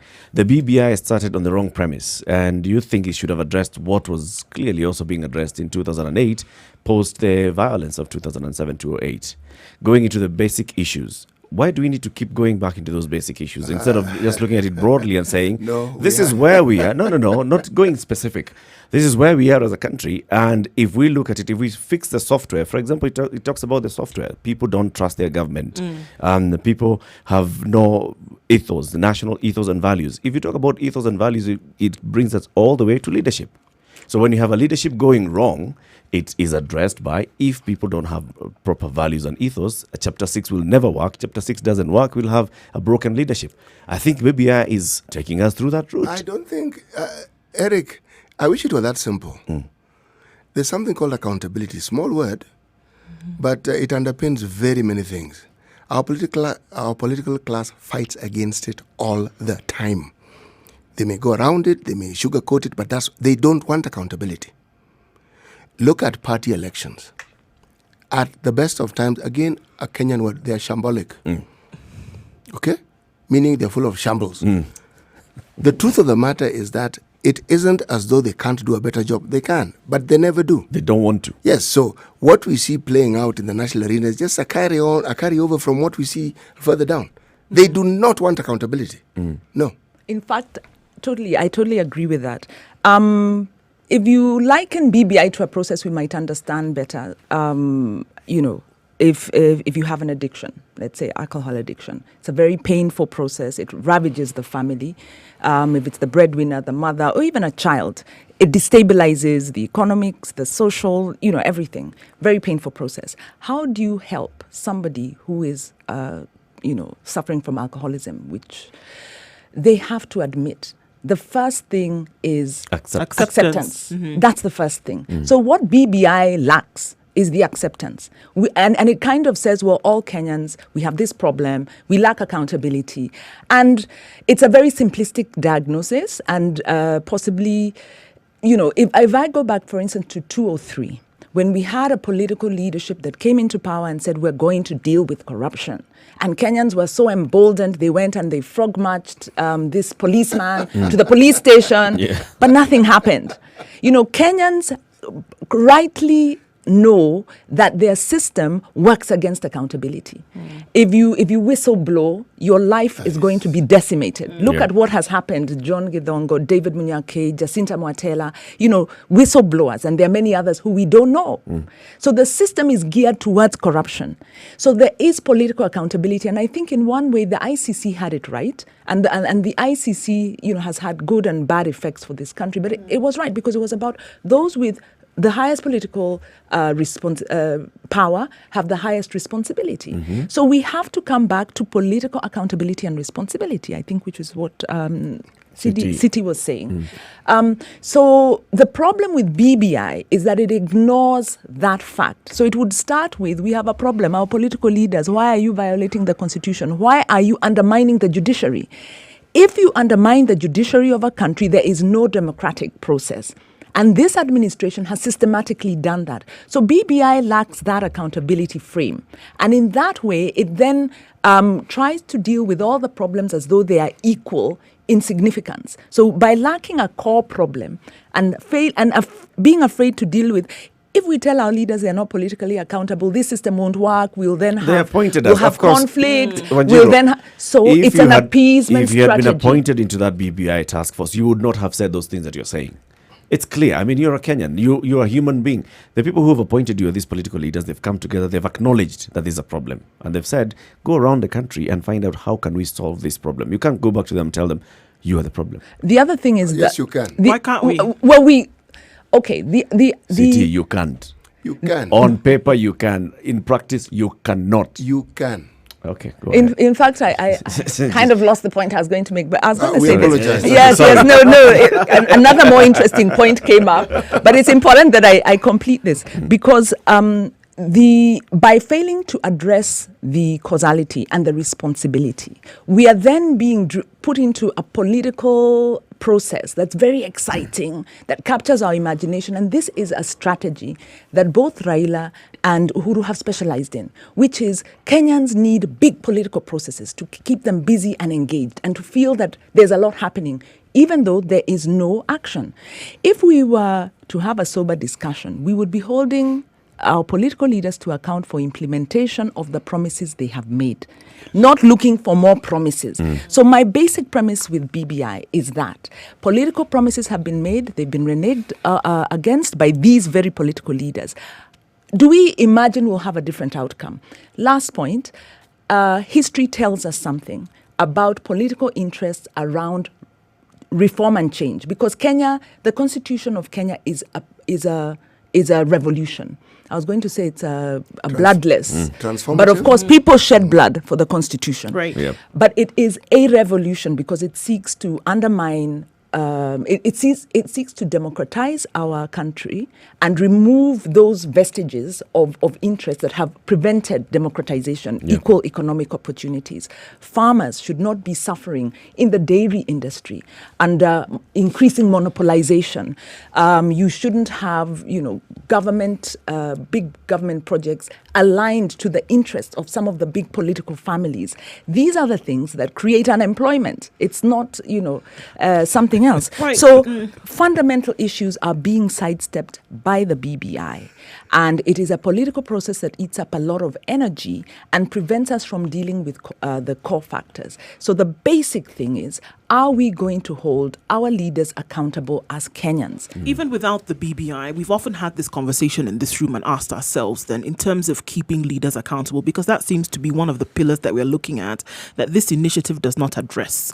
Or even if it does address it, we're looking then at the custodians again of this initiative having been at the helm of power. And really, if we're going to look at change, so long as they're there, it is not going to happen. 1. 2, if we're going to then demand this kind of accountability, to whom do we demand it of? And oftentimes we say, all right, we can look at a problem, we can dissect it, put the pieces all over the place. But at the end of the day, what we are trying to do is get towards a solution, because we can be roundabout and no kind of development is ever going to happen. Generations will be discussing this problem. So how then, it's been a question, and I don't think we've ever been able to put a cap on it, as a less having people shot or sent to jail. But how are we going to keep leaders accountable? How then do we put leaders into office and say, yes, well, this is the job that I've given you to do. If you're not going to do it, we remove you. Because we also see, by what got us into this place in the first place, is that the entire electoral process is flawed at some point where we're even making that decision. How then do we demand accountability from leaders? Can I ask you a question? If I were to ask you, in your opinion, what do you think is the anatomy of impunity? If you were to describe it, because the underlying and the constant theme in everything we're discussing here is impunity. Yes. Why do people keep repeating the misdeeds that they are? Because they know they can get away with it. Yes. Right, exactly. So what is it that we're going to put as stops? What are we going to put then in terms of measures? Because if we talk about democracy and a people-powered center, right? If that is it, how then do we, it's already people powered, by the way. How there then are those who could argue it's people disempowered, yes. Right, but then how do we secure accountability? Because we've never been able to do it. No. Never. We participate in this process. That's part of the reason why we are unable to actually do away with it. We provide the oil and the fuel that moves it forward. There is a certain evil attraction that impunity has. It gives you the impression that it enables you to do anything you want, anything you can do. If it's amassing wealth through theft, you can steal as much as you like and you can get away with it. Now, right, but then we just keep going round and round in circles. I may not be able to do it, but I can be represented. Why do you think we keep choosing our own? Because they represent us in that theft. They represent us in those misdeeds. And the hope is that some of it may get to me. It will come to us. Trickle-down effect. I think this is the crux of it. And this is where Kenyans get disempowered, because you think, then what? Because we had the constitution, we had 90s, multi-party democracy. We have a new constitution. And we still seem to be in the same place. And we feel, then what? But the question is, what's the anatomy of impunity? And in my view, the anatomy of impunity is that impunity is learned. And our value system actually rewards impunity. And as long as it rewards impunity, then the average Kenyan actually has to participate in impunity. Because if you want to get that position, you need to pay. Because if you don't pay, somebody else will pay and they'll get away with it. So first of all, we agree we have a problem of endemic corruption, endemic impunity. But the question we're asking is, how do we get out of this? And there's a vacuum. There's a vacuum in terms of the solutions. And the point we are at, and why I think a lot of people will get onto BBI, is because they feel, so what do we do? If we don't support BBI, then we're going. Yes, then we're going into Tanga Tanga or Kieleweke. So we don't have an alternative. I think it's time we look to ourselves. I think we are suffering from Stockholm syndrome. Our violator and abuser is also our redeemer in our mind. Right. And we are waiting for another good leader to come and redeem us. The Constitution of Kenya actually is a project of Kenyans, and it's 15, 20 years in the making if you look at when the agitation started. The Constitution is still viable. And I think that is our anchor. And we have to get to a point where we say our leaders are not able to get out of this problem because the incentives for them to stay in the process are too high. Parliament has power of the purse. They pass amazing pensions. In fact, they're saying if ever you sat on a chair of Parliament, you're set for life. apart from being in there and the kind of deals, the largest auction house in Africa, that's the title our parliament had 10 years ago, before they had power and the resources, $1 trillion shilling budget, out of which to make deals. That's why their inquiries don't have conclusions, because parliamentarians keep getting bought off. So the point is, those in power are benefiting from this system. And Kenyans haven't required them to deal with that issue sufficiently. And we better recognize there is no tidy process. It's not going to be tidy. But we do have power, and we have the power to say, I am not going to be part of a political charade. I will stick to the basics, which is we need accountability, political accountability for this and that. I am then going to exercise, for instance, in the BBI, if it goes to referendum, I don't even know how BBI can go to referendum. I'll exercise my vote and I'll say, no, I'm not part of this. I want political accountability. When it comes to 2020, I will not vote for any leader who is undermining my principles of good governance. So the point is, we do not have a savior other than ourselves. And maybe in our democratic process, it's time for us to look to ourselves. Because this is the way, if you look at the development of the human person, this is where we are going. We are going into self-actualization. We're going into self-determination. So why not self-rule? Actually, There you go. There you go. Let's do a short break. We're also looking at all the feedback coming in from our social media platforms, Spice FM KE on Facebook and Twitter. We have in the studio Wanjiru Gekonyo. She is the Executive Director of the Institute for Social Accountability, telling us about our own issues and our own accountability of our leadership. Well, you've given us a lot of words, Wanjiru. When you come out of this break, please give us some action points, right? Don't tell us, it's about time that we've stopped voting. It's about time we don't participate in a referendum. Give us some specific action points, like 1 or 2 of what we can do if you believe that there's something that we need to do, all right? It's 13 minutes to 8 o'clock. Good morning, and thank you very much for tuning in. Wanjiru Gekonyo, Executive Director at the Institute for Social Accountability, is on the hot seat this morning.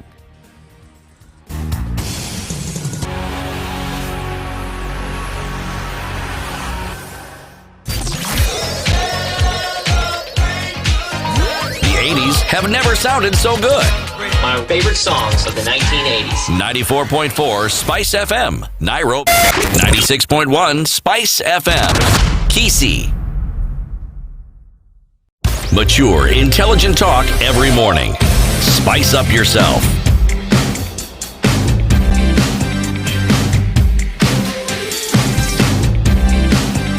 Mornings done right. 94.4 Spice FM, Nairobi. So Wanjiru, Ndu asked you a question. What do we do? May I suggest something before we get to Wanjiru? If it appears we are unable to solve these problems and we have the East African community, maybe we need to look outside our borders to solve these problems. Well, the Chief Justice seems incapable of forming special courts to deal with special issues. Say, like some of these criminals who are in government, if, say, for instance, we took them to Rwanda and let the justice system in Rwanda deal with some of these people, they have shown us by example that they're actually very good at dealing with such things. We will have another political process that will kick out Rwanda from the African Union. We'll say we do not want. We have done the same thing with ICC. That is why I brought this thing, knowing it's very facetious and that is very debatable, because I knew a Kenyan would bring in a Kenyan solution to it. But you see, recent history tells us that going outside of the country for solutions actually is very detrimental. ICC is probably one of the precursors into the problem we have today, if you look at it more widely. Do you know why I brought in Rwanda into the discussion? Because I want us to look at what Rwanda is doing and what they're able to do with their internal solutions. You may not like some of the things they do, but things like crime, they actually deal with it fairly effectively. We may complain and say, but they do this, but they do the other. The deterrents are great. Now, we may argue that their political class are pulling their own stunts, but why then must we wait until this entire thing crumbles and we can see it crumbling? It is crumbling. We are seeing it. Why? Yeah. But, Siti, when we're talking about Rwanda, we have to be careful. And we need to make a distinction between democracy freedom, because Kenyans have a democratic constitution, we enjoy democratic space. We are free to say, to challenge, and to, draw caricatures of the president. He may not like it, but but you're acting free. Okay, so let's not undermine. And David D said this once a long time ago when everyone was saying, we want to be like Rwanda. Let's not.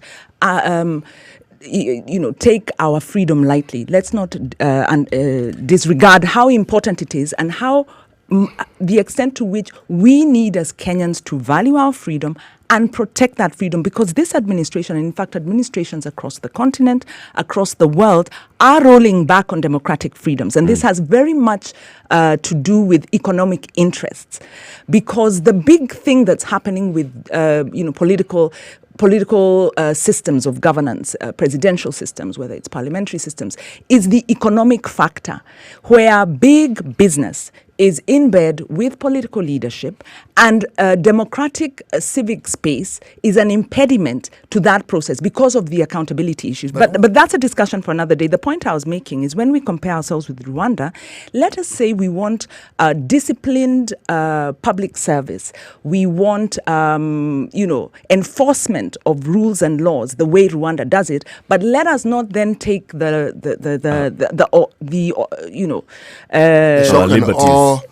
the authoritarianism that Rwanda has. So Kenya is doing very well on democratic space. Rwanda is doing very well on running their public service and that kind of discipline, and we'd like to learn from them. So let's be clear. So what do we do as Kenyans? One is we need to believe in ourselves. We need to stop thinking we are going to get a savior from a political party or our next presidential candidate. We may, the likes of Kivutha Kibwana, who have shown very good governance, may step up. But even if Kivutha Kibwana was to throw his ring in the hat, he doesn't have the billions. He doesn't have this political kind of maneuvering, the clout, to really hack the presidential system in this country, because our presidential system, and there was another academic who spoke about this before we passed the constitution, and said, you guys are not watching Kenya's elections that are getting more and more expensive every electoral cycle until, and he said this, and this money is linked to the ability to influence the voter. To influence who gets the seat. So if you don't have this money, you have no chance of acceding to power. And once you accede to power, then you can undermine the law, undermine the constitution, the supreme law of the land, to benefit yourself, which is exactly what is happening. Now, that is a very, very big problem that we need to identify. So what do we do as Kenyans? Because we've been waiting for a savior. Is one. So we're giving up. So one. No. That's not what I'm saying. We recognize that where we failed is we haven't exercised. Democracy is actually lived. It's not a theory. And Kenyans, we theorize too much. How do we live democracy? It's by understand your constitution, at least understand principles that pertain to you and exercise them. Whether you're a resident in Kasarani and you're unhappy, exercise. So by picketing. So what we need to do as citizens, I think, is we need to change our mindset, and we need to stop waiting for political leaders, because political leaders are getting worse. They're not getting better. And it's because when you look at the balance of democratic power, the citizen power is low. So let us look within ourselves and let us have confidence in our constitutional systems and say, BBI is coming. We may be given a referendum that doesn't make sense, that doesn't deal with the issues that really affect us. We then have the power to say no to that. That will force the political class to go back to basics. We then have an election coming up. We will then exercise our vote and say no to anyone who has tags of impunity. We need to go back to ourselves. And I think when we go back to ourselves, we will embolden those people who are maybe in public service, who are actually trying to do the right thing. Those people who are maybe thinking about going into political life, who want to do the right thing. So what do we do when we have the kind of crisis that we have? Because I do believe Kenya is in a crisis, an economic crisis and a political crisis. And if we continue as we are going, we may or may not come to conflict. We pray not, but definitely economically, we are going to stop being that star, because I think we are very, Kenyans. We believe that we are the economic hub. We are, ahead of our neighbors. But if you look at Actually, Ghana, It is being eroded. countries like slowly by Ghana slowly, that are yes. surely building up their democratic processes, building in inclusive economic processes. They are building the fundamentals. Yeah. Whereas Kenyans are really taking all of that for granted. So I would say we are in a bad place. Let us stop thinking we're going to get an easy, quick, simple solution. It's to all not of going to this. happen. Let's get engaged, pick an issue, go out, speak about it, act about it. Let us become the change Let we us want be to see. It woke. sounds like. Okay. Sounds good. Sounds very idealistic, telling but us- Let us be woke. She's telling us to form our own BBI and discuss this thing further. No, I'm telling us we hold the political power because Article 1 vests sovereignty in us. Let's exercise that. Let's stop Wanjiru, waiting for political it leaders. does. There's always a group of people who feel this way. All right. The challenge, however, is increasing that group of people so we can reach a critical mass that can then turn the Of tide. people who really Of understand people what it who is understand that's or needed, who feel as strongly as you do. How do we get people to grow in that? It's not feel as strongly as we do. We need to ask ourselves, when I wake up in the morning, what is it that I believe?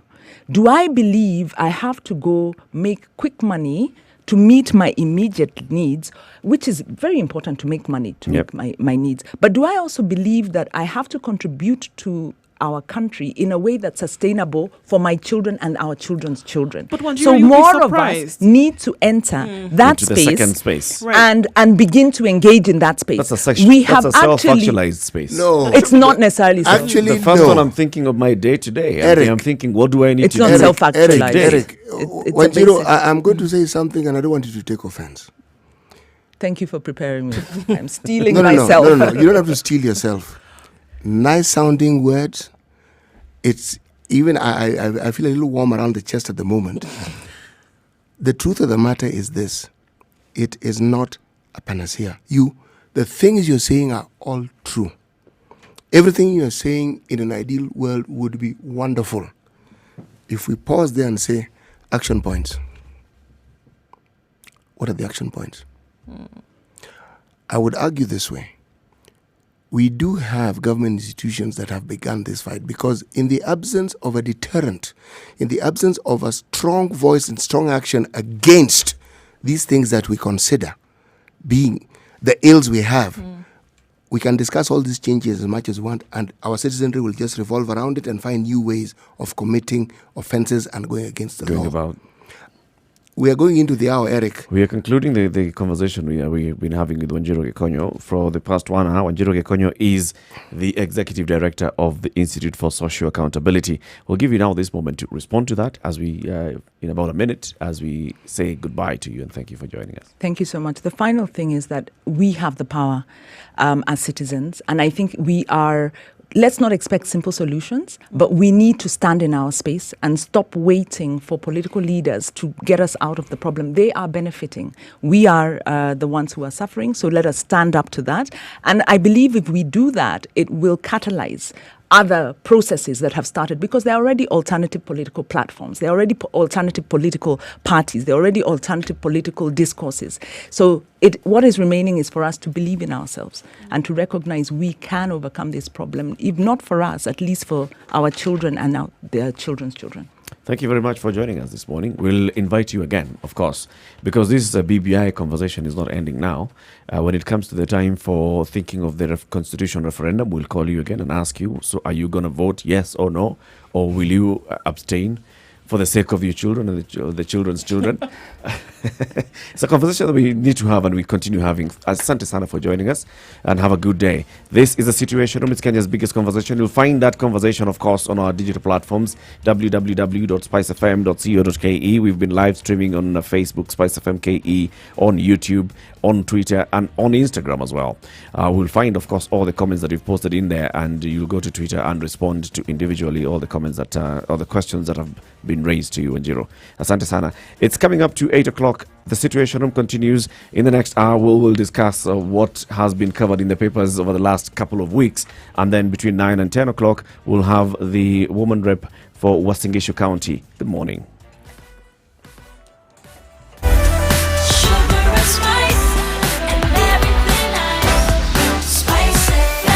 Spice up your life. 102.5 Spice FM. Kisumu. Traffic. All right, still expecting traffic on Mombasa Road, quite heavy between Cabanas and the General Motors, heading down, of course, towards the Nyayo Stadium roundabout. Using Bagavi Way this morning is actually a good idea because you can use that to get into the city centre, not as clogged as it was yesterday. Coming off from Gong Road also seems to be a bit of a dream today, not as terrible as we saw yesterday. Langata Road obviously not as bad either today. So it's not so bad getting into the middle of the week as things stave off. All right, what we saw on Jogo Road is still the situation, quite heavy traffic as we see it. Let's see what it looks like in a short while. So traffic gridlocked here and there. We'll take a look at other parts of the country when we come back. Not to forget, Spice FM KE, let us know what you see. Keep you moving this morning.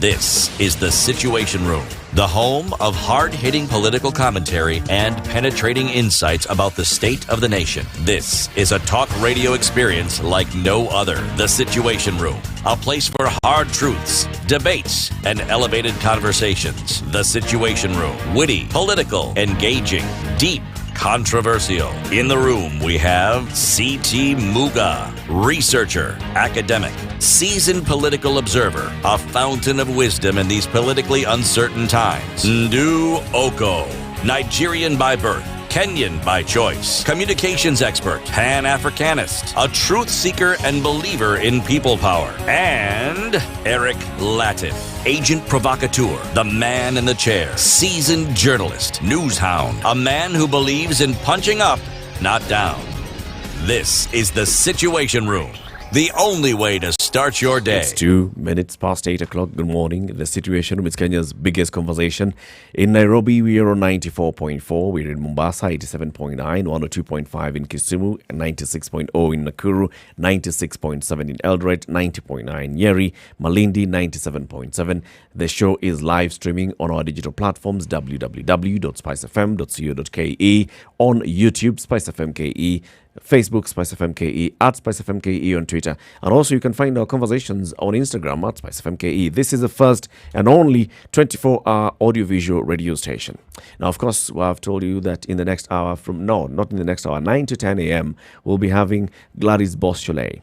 She is the woman rep for Uasin Gishu County. We'll be discussing the politics of the North Rift. We know that the leaders from North Rift, for example, we looked at it in the papers, they have said that they will be organizing the parallel BBI rallies in their own strong backyards. Is that one of the backyards? For example, Uasin Gishu, that's where Eldoret is. And this is William Ruto's backyard. This is where he was an MP for many years. So, speaking of William Ruto again, the headlines today have William Ruto. Which headlines? All. Take a pick. Take a pick. Are they all saying the same thing? No, different things about him. All saying different things. For example, the Daily Nation, Ruto headed for public clash with Raila. Yesterday's headline had Ruto. The Standard, what's the headline in the Standard, CT? Oh, well, State reopens 204 Ruto land fraud case. All right. Right? You see, all of them have something to do with Ruto. It's either Ruto this, Ruto the other. The other day, Ruto was at a public rally somewhere. At a public meeting. It wasn't a rally. He was saying, look, why must I always appear in your headlines? And he was even making a joke of it. He's saying that people say that when Ruto is on the headlines, that newspaper is going to sell. And if that's the case, then Ruto should demand a piece of the pie. Some of the dividends that come out of the profits at the end of the media house should also be given to Ruto because he participated in selling that newspaper, basically just by his name. Now, of course, he was being facetious in that particular instance. But then looking at what we are seeing now, it's either Ruto. Just going back like a week ago, the deputy president has been barred from accessing his official residence in Mombasa. The deputy president is now clashing with, it's a clash between the deputy president on one hand and the president and the former prime minister on the other. The deputy president has fallen out with his leader and boss, the president Uhuru Kenyatta. The deputy president is now being investigated for a case that he had been acquitted of, or a company associated with him rather is being investigated. The deputy president's allies are being kicked out of parliamentary committees. That it's either DP this, DP the other. Why is it that now somebody has gotten to a certain stature of becoming either vilified, becoming either victimized, is either a hero or a victim or a villain in our political discourse? Is it warranted? This is what C.T. Muga was talking about the other day, alternate reality, that we have stories that come up and what basically they're showing is just one side of things, but not giving us a historical perspective of what the other side of things are, or what exactly it means underneath. Is it new? Is it old? Is it something that has been seen before? This is what I'm raising this morning. Why must it be? Why always me? If I was William Ruto, that's what I would ask. Why always me? Why?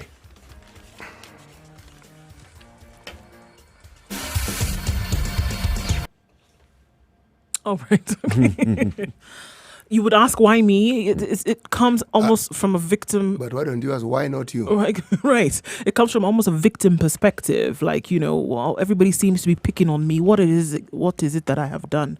But yeah, why not you? Because it seems that people who seem to be allied to you, or those who seem to be against you, this has all come from one or two sentiments that you yourself have made. It seems that all of these things they've picked them off of things that you have said or things that you have expressed, and they've run with it and they've gone with it. Every time we hear DP allies or those against the DP or those picking off sentiments, and we've found that people have created news around this gentleman over things that he may have even have said a year ago, 2 minutes ago, 2 years ago, but seem to still be able to make news off of that. And in this case, it seems that he is the villain when it comes to now development in Kenya, as it were. Is it that he's, now look at what we're dealing with now, anti-BBI, anti-development in Kenya, anti-using public resources to then hold these rallies. Which is are all wrong perspective and perception. If you think about it, Ruto has never said, I am anti-BBI. No, he said that he's against using public funds to support. No. He has never said he's anti-BBI. Eric is absolutely right. So, of course, that's what I'm saying. I Just agree with that. He I'm just saying. never openly said that he is opposing the president. Yes. And just like he has also never actually said that he is opposing Right Honorable Raila Odinga. He has never said. But his actions, on the other hand. What actions are those? Actions, they say, speak louder, Len. What actions are those? What actions have opposed the president or defied even the president? Oh, thank you so much for asking that question, Eric. If we look at the politics of what we call Tanga and Kieleweke, it brings out the answer to the question you just asked in the clearest form possible. The president starts by saying, we do not want people moving around the country discussing politics. The deputy president is all over the country saying he's inspecting development projects. But the utterances at the gatherings that he's at are political. So it's up to you to read.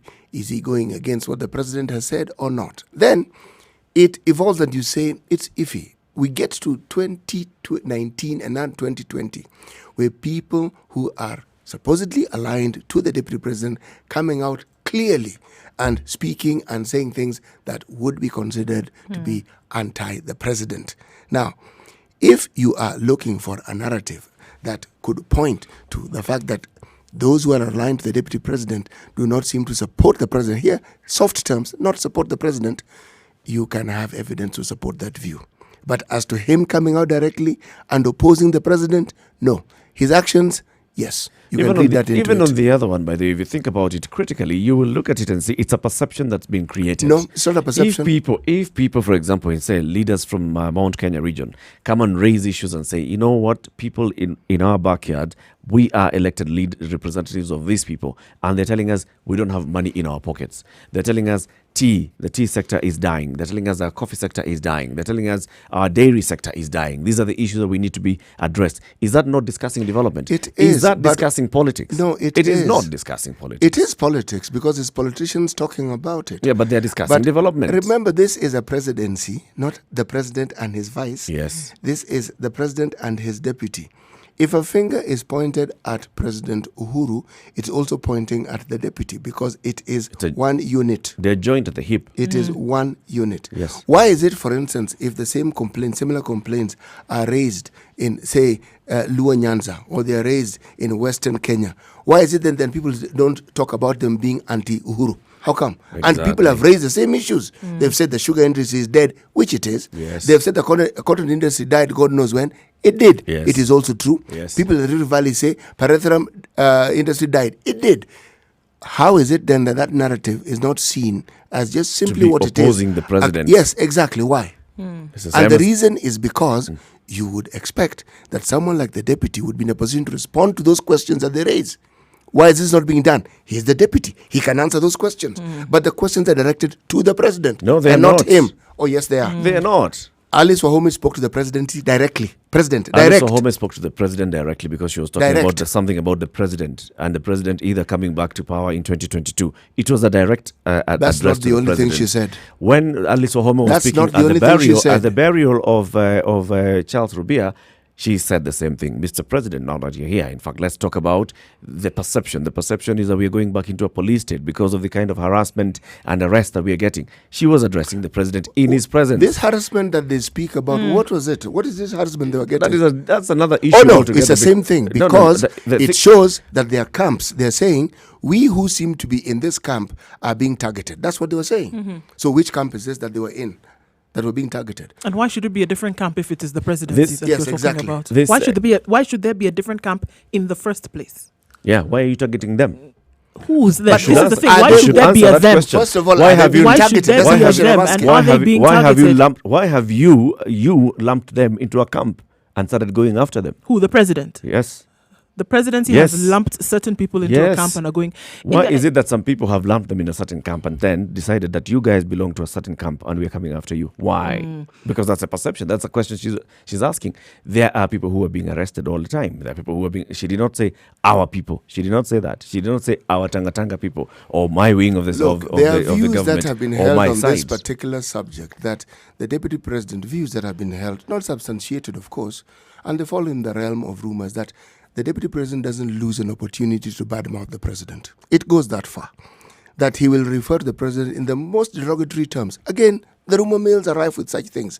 I have never heard the rumor mill speaking or suggesting that the president has badmouthed the deputy. I have never heard of it. Now, if we were to go with the reality of what we see, the optics of it, there is a division within Jubilee. Clear and simple. That one, it's not me guessing or thinking. There is a division. It exists. There are two camps. It exists. If it didn't exist, when we're looking at the newspaper review, we wouldn't have been talking about this showdown as Tanga joins BBI rallies and what have you. Not all of this If stuff you're from already in page the to government, page what are is you made joining? up. You just have been part of the whole.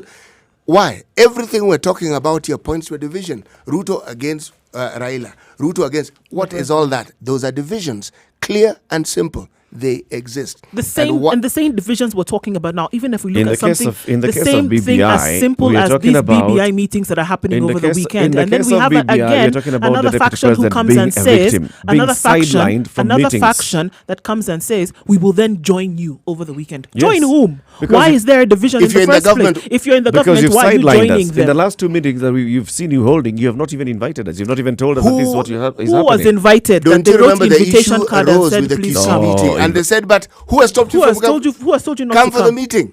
Even this one that Which is they've why told, they're saying we are going even for the this one that meetings. they have said they're coming. Who has told them? Okay, don't come. No one. Nobody has told them not Who to has come. prevented them? No one. Have you heard of anyone coming for the meeting and being chased? No one. Of course, you know the They have reality. preferred, CG. They Eric, prefer to you go and do know their I own do. meeting. They have preferred to hold their Their own own meeting. rallies. You Is that know, not division? You know the reality, and the reality This is that thing you're which holding I these know is meetings. what exactly, Eric? The reality is that, for example, in the Kisii meeting, it was organized by people who are from a certain leaning, political leaning. You know their divisions, yes. There's that side Oh, of you've political admitted that there are divisions. Yes. Okay. Yes, there's a Jubilee. Fine. Now we can have the discussion. Carry on. There's a Jubilee government, and then there's an opposition, ODM and NASA affiliates. Okay. Yep. That's true. So the people of those 6 counties that organize those meetings, Yes. which parties do they belong to? They Eric. belong to a certain party. And then there's those who are very much inclined and willing to deal with the former prime minister, and they attended those meetings. And did they stop anyone else from attending? Yes, They they say did. anybody shouldn't come. Who? Yes, they did. Who? They stop people from attending the meeting. Who? Who No, did no. they stop from attending the meeting? When someone says something of that sort, he may have information that we don't have. So let's Okay. give him an opportunity to tell us. Who? Who was stopped? You know the answer. I'm not going to waste my breath answering that. Eric said What was he- stopped? I will not. He I will embarked. not- What was stopped? I will not answer. other meetings aside from the ones that had already been organized. That's what was stopped. And why are you in stopping terms them? of why? If you're saying you're also Why are you stopping what that were they other meeting? meeting? What were they meeting to do? The same thing that you guys are doing. Who is you guys? Just because you guys on one side are holding one meeting doesn't mean that I cannot hold my own meeting on this Let's side. give Eric time to It's swallow okay. his own tongue. No Eric, carry on. problem. What time? It's okay. It's about sidelining. That's why, in fact, you see those people who were meeting yesterday, they were talking about, no, we feel like we've been sidelined. Well, this time we are going to attend those meetings, all right? We are going to attend those meetings. Let's talk about Eric, why is it that Minor Commander would say they are coming because of fears that they will get finished? The two last meetings we've had in Kisii and Kakamega have shaken them. They have realized that if we tour the whole country without them, they will be finished on the ground. They have panicked. Our last two meetings have made them to panic, but we welcome them for the BBI meetings in future. An acknowledgement. This is acknowledging that, well, yes, we have not included in the past two meetings, and it was deliberate, and then you've realized, oh, okay, now you're panicking. That's your interpretation. Yes. What's yours? But he didn't say they were not invited. He just says At the end, we he said, had this okay, meeting. yeah, but now But we even shall if they've invite them. panicked, let them come. Let them come for the meeting was even said with the Kisii meeting. It was clearly stated. It was printed in the media. It was said, come. They were not prevented. But now it looks like they've accepted the invitation and they have said they are going to attend. And even championing it in areas where they feel are strongholds. Yes. So, I mean, here we are, and we're saying, we've gone back to the place where we say, okay, in fact, we want to be part of this. As opposed to previously when they said we don't want to be part of this, we want to create our own.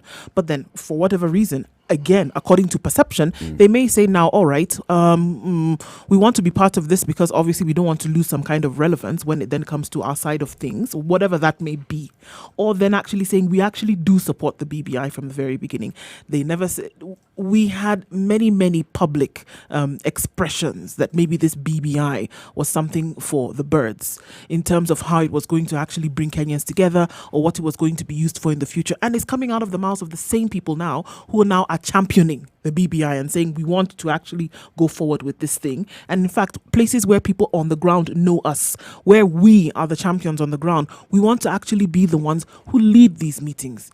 So before, when it was sidelining, now suddenly there is inclusion. So which one is it? At this point, I'm tempted to say, pick a side, folks. Which one? Or pick a battle. Which one? Where are we? Where's the inclusion? These are politicians. Where's the inclusion again? No, they've included themselves. This is what I'm saying. They've said now, okay, we want to be part of this thing. Yes. Whereby we felt we were sidelined before, we want to be part of it. And here they are saying, we are coming, we're attending, let's go forward. Just because you get crashed your neighbor's birthday party does not necessarily mean that your children have been invited. Exactly. All right? You understand that very well. They have said they There are is coming. the issue of whether you've been invited or not, and there's the issue of saying that, well, my children have also going to attend this. Not because they've been invited, but because you know that, well, your neighbor will also feel very ashamed if they say, no, I don't want your children to come. You get it, don't you? It's 18 minutes past 8 o'clock. This is the Situation Room. It's Kenya's biggest conversation. We're looking at why is it that we keep seeing certain names on the headlines all the time. In years gone by, it used to be Raila this, Raila the other on the headlines. Now it's Ruto this, Ruto the other. Every single day, there must be a Ruto in the headline. Good morning.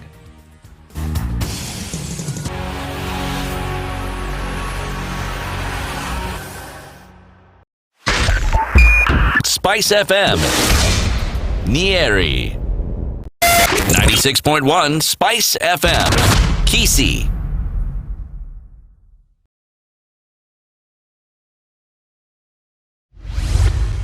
Mature, intelligent talk every morning. Spice up yourself. Mornings done right. 94.4 Spice FM, Nairobi. If we look at what's being profiled in the public space, is that we're priming the audience or the public for a clash in 2022, and this is a political clash, right, in 2022, and picking out who is likely to be the strongest contender and who's likely to be the strongest opponent, one or the other. And the battle lines have clearly been drawn that in 2022 the battle is going to be between two horses, and then everybody else, like what Atoli says, kila mtu mwingine ni punda. The two horses will be Raila Odinga and William Ruto. Yes, ODM has said our party leader has not declared interest in our candidacy for 2020, for 2022. Yes, and all those things. Sending a media statement because he's seeing that the media is actually putting that as the way. This is what is going to happen in 2022. It's going to be a clash between two. So any other way of finding a story to go with that narrative. Actually, Ruto headed for public clash with Raila because they are going to attend a same meeting.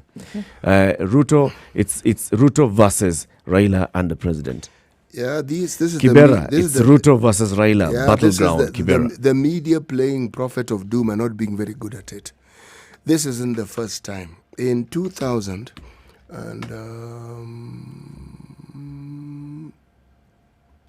2000, just before 2006, 2005, if we were to go by the opinion polls and what the media wrote, our next president was going to be Kalonzo Musyoka. Yes, just if I'm to go by the polls, he was leading in the polls. Leading, as in, yes, that there are issues about political differences, yes. But that there is a fight between Ruto and Raila, and now Ruto and Uhuru, and now because of the handshake, it's Ruto versus Uhuru and Raila. Now this one is now where the media has gone into a realm that other people have done far better than them at. It's called prophesying. Right. These are political differences, but they are making it seem like it's a Teutonic battle that will carry on to 2022. 2022 is a long way away. And I think we've seen... We haven't even finished 2020. No, absolutely. And I think it's very clear that to us, whatever level we want to look at it, that any kind of expression that was made on a particular day, by the end of that day itself, could be something totally, totally different. And what could be perceived as one thing comes out to be a total different reality in the very near future.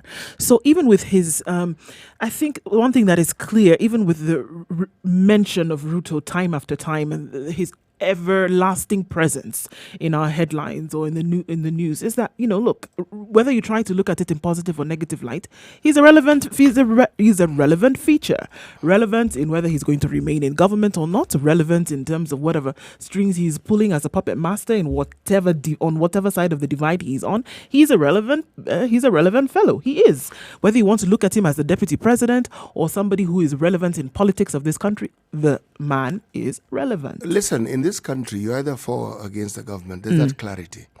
If there's a handshake, you're now for the government. And if you're not, you're anti-development of the country. Of course you are. And if you appear to oppose the president, you oppose the government. And if you oppose and if you seem to oppose the president, then anyone who seems to support the president is first of all deemed to be in the government, and so you're opposing the government. So again, this is how our media reports these issues. And it is clear that what they're now saying is that the official position of the opposition has now been taken by William Ruto. Yes. In practice, he is the leader, the official leader of the opposition in Kenya, because he's getting the same attention that the Honorable Raila Odinga got when he was clearly in the opposition, no handshake, no BBI, nothing. That's the sort of attention he got. And now they're saying, okay, we have ourselves a new leader of the opposition, so let's give him the same attention. Because it's only this time that this narrative is not holding well, because, you see, when we have an official opposition leader, the official opposition leader, like the time you're talking about Raila Odinga being the official opposition leader and speaking out, he would speak out against the government. He'd actually point out this is an area that the government needs to address. We have a Eurobond that has been issued. We have the money that has come into the country. Where has that money gone? It's basically asking questions that an opposition leader should be asking. In this particular case, Ruto is being propped as the official opposition leader, but he cannot question. He's not questioning anything. Basically, he's not coming out to question anything. Maybe he's not coming out to deny or confirm anything either. To confirm or deny what? That he's the official opposition. Any accusation that has been made in terms of him being any kind of assumptions that have been made, whether he is in the opposition or not. Have you heard him come out and say, I actually am or I am not? He hasn't. Yes, he has. He has. He responds to this all the time. In fact, on his Twitter handle and social media, and when he goes to public meetings, he says, the reason why he was asking that question, he says, I am the deputy president. I am in government. I am working in support of my party leader and my boss, my president, Uhuru Kenyatta. I work for the president. This is what he says in public. He comes out publicly to say, I am not what you portray me to be. I am not fighting. I am not. And of course, he gets a second headline the following day that Ruto denies, or Ruto hits back, or Ruto pushes back. It's working very, very well. When I was asking those questions of why always me, I think I have an answer. And my answer is political communication strategy. That this is a strategy that is being rolled out so well that it's positioning the deputy president. Everybody keeps remembering that the deputy president wants to be president come 2022. Which is why I talked about relevance. There's no such thing as bad publicity. It keeps coming out There's very well. no such thing as bad publicity. Somebody's going to be talking about you at one point or another, and when you put yourself firmly as a contender for a position, they will remember you by virtue of the fact that they've seen you every single moment. There's something Eric is saying here. Let him develop that idea. It's an interesting one.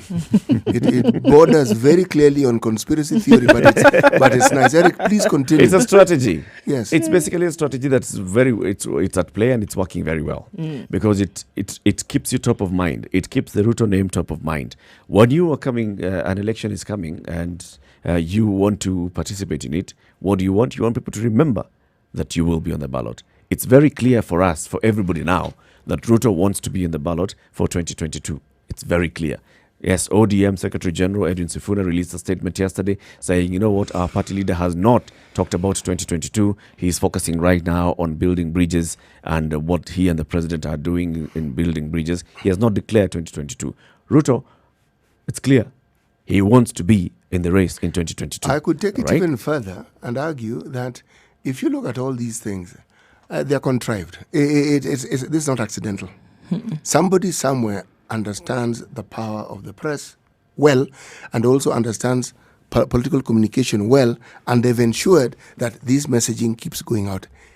It is too frequent, too often to be accidental. It is not accidental, obviously. It is something extremely deliberate because they've understood that at the end of the day, something as deliberate as this, and that is so focused as this, yes, I agree with you, will keep his name in the foremind of everyone at any particular point in time. He has said that this is what he wants. He has said that this is what his ambition is, the position that he wants to hold at some point.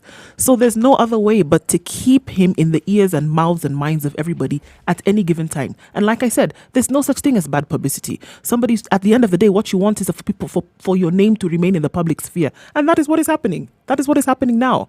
So regardless of whether you want to talk about him or not, he's in your face, literally. The key pillars of this communication, as I see him, in one instance, he'll be portrayed as a victim, right? He's been denied access to the deputy president's residence in Mombasa. Victim. He is being sidelined. Victim. His people have been fired from the cabinet. Victim. They wanted to assassinate him. Victim. The people who are aligned to him are being kicked out of key parliamentary positions. Victim. And then also he becomes a hero and a strong person. In this case, the DP maybe has CT taken can help the us with battle this. over In the this Building case, Bridges initiative to the door of ODM leader Raila Odinga. He's taking the battle to the door of Raila Odinga. so did that victim status work out for him? Did It's working. people? It keeps So the working. people It's felt. working. So the keeps people working. felt It's one or sorry the for other. him. So at this point, they've seen that he's able to rise above Ask these yourself a different torrential question. waters, as Who it is were, he- who and is then he- now he's being able to take the battle and Who say, is he now we are addressing? fighting. Who is he addressing? If you were to ask his supposed stronghold, I am sure this narrative is working. And they feel our person is being victim. Our person. Remember, when we talk about the BBI, who initiated the BBI? Let's ask the question, who? The president. Yes. Which party does he belong to? Jubilee. Or did he move to ODM at some point and we missed it? These processes are government processes.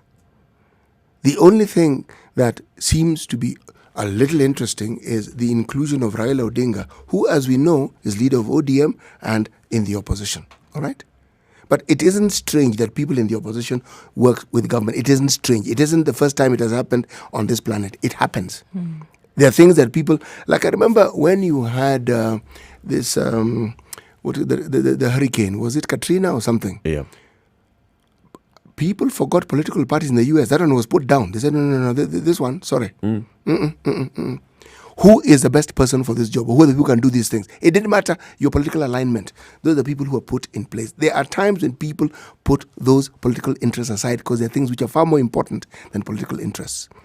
Now, the BBI and what preceded it, it is clear, and no one will disagree, or well, there are those who will disagree, of course, that it was important for certain steps to be taken. They were taken. It was a government project. But look at the narrative. It is a Raila and Uhuru project. So the mention of Jubilee recedes, the mention of government recedes. It is like these two individuals are the ones who are pushing this agenda. Not the president, not the leader of the opposition, no. Not the government, these two individuals. So now, even the presidency has been put out of the issue. It is Uhuru and Raila. It's a personal issue now. Exactly. It becomes a personality issue. It does. And that's what we're now discussing, a personality issue, because it is this personality, Ruto, who seems to be every time being mentioned. And even now, if you look at the cases that began in 2004, 2000 and what, carried on 2011, and they're all about him, and they're being brought in, and they're asking, why is it that these things keep being rehashed? Yet, we are forgetting, if you look at the Standard, top of the page, billionaire trader with zero tax returns. This guy's case was in the papers. It's come back again, isn't it? Okay.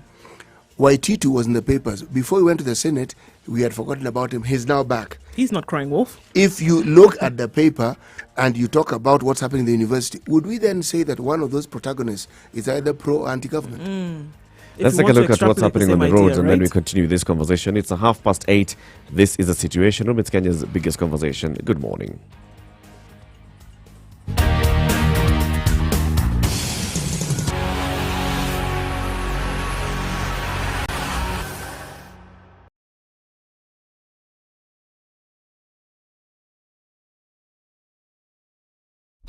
Classic soul, R&B, smooth jazz, neo soul, and nostalgic ballads. Make some noise. Yeah! You're listening to Spice FM. All right, so Langata Road was behaving at some points, but now not anymore. There is bumper-to-bumper traffic all the way from the Bomas of Kenya, and of course trying to get into the city centre. Mombasa Road, not as good as we thought it was going to be. Coming past GM, there is a bit of a hold-up, then all the way down towards the Nyayo Stadium roundabout.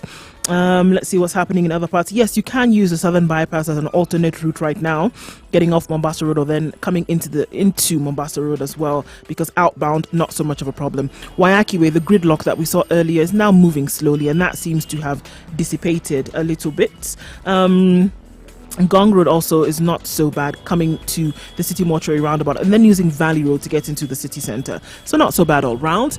We'll see what it looks like in a short while. And for now, you can send us a tweet on Spice FM KE or give us a call 0719-012-600. Let us know what it looks like where you are, and we'll see how we can spread the word.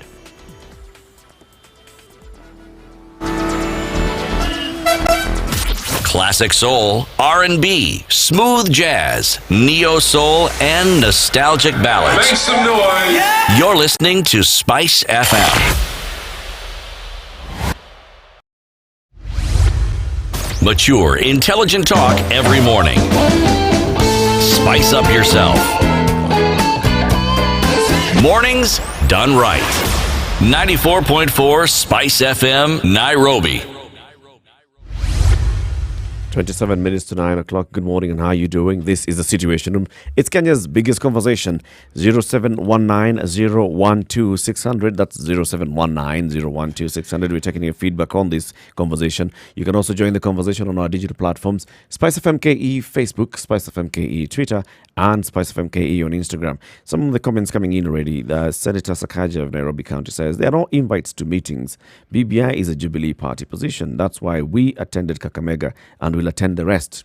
So you see, this is Sakaja saying you don't need to be invited to come for the meetings. Mm-hmm. That's why we are attending those meetings, and that's why we are attending the rest.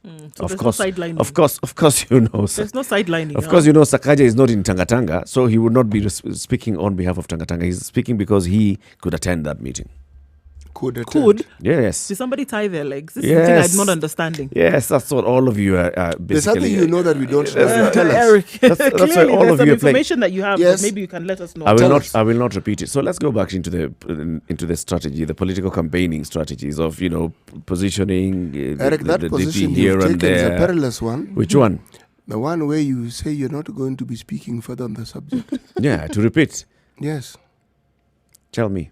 Well, if you make a statement of that sort and we politely ask and say, there's something that you know that we don't know, it's either, well, it's not something I can discuss in public, we'll say, okay, we understand. We understand. But if you tell us you're not going to discuss, then you'll introduce a new topic and we'll also tell you we are not discussing it. See, Timuga, if I do not want to discuss something, I'll say I do not want to discuss. But if it is something I have said before and you keep repeating, asking me to tell you again, I will not repeat, and I can tell you that. No, it was the explanation, not telling us. You made a statement, and I wanted an explanation of that statement because I didn't understand. Do you have information that we don't have? No, I don't. Okay, then. What I have is the same public information. Your perception and my perception are different. Not and always. I'm giving There are times we actually agree. in this particular one, and I'm giving you my perception of things. Okay, let's continue. Is that better? See, now that's clarity. we can now move forward. Clarity paves the way in order for you to move Now forward. this is clarity. Now we can move forward.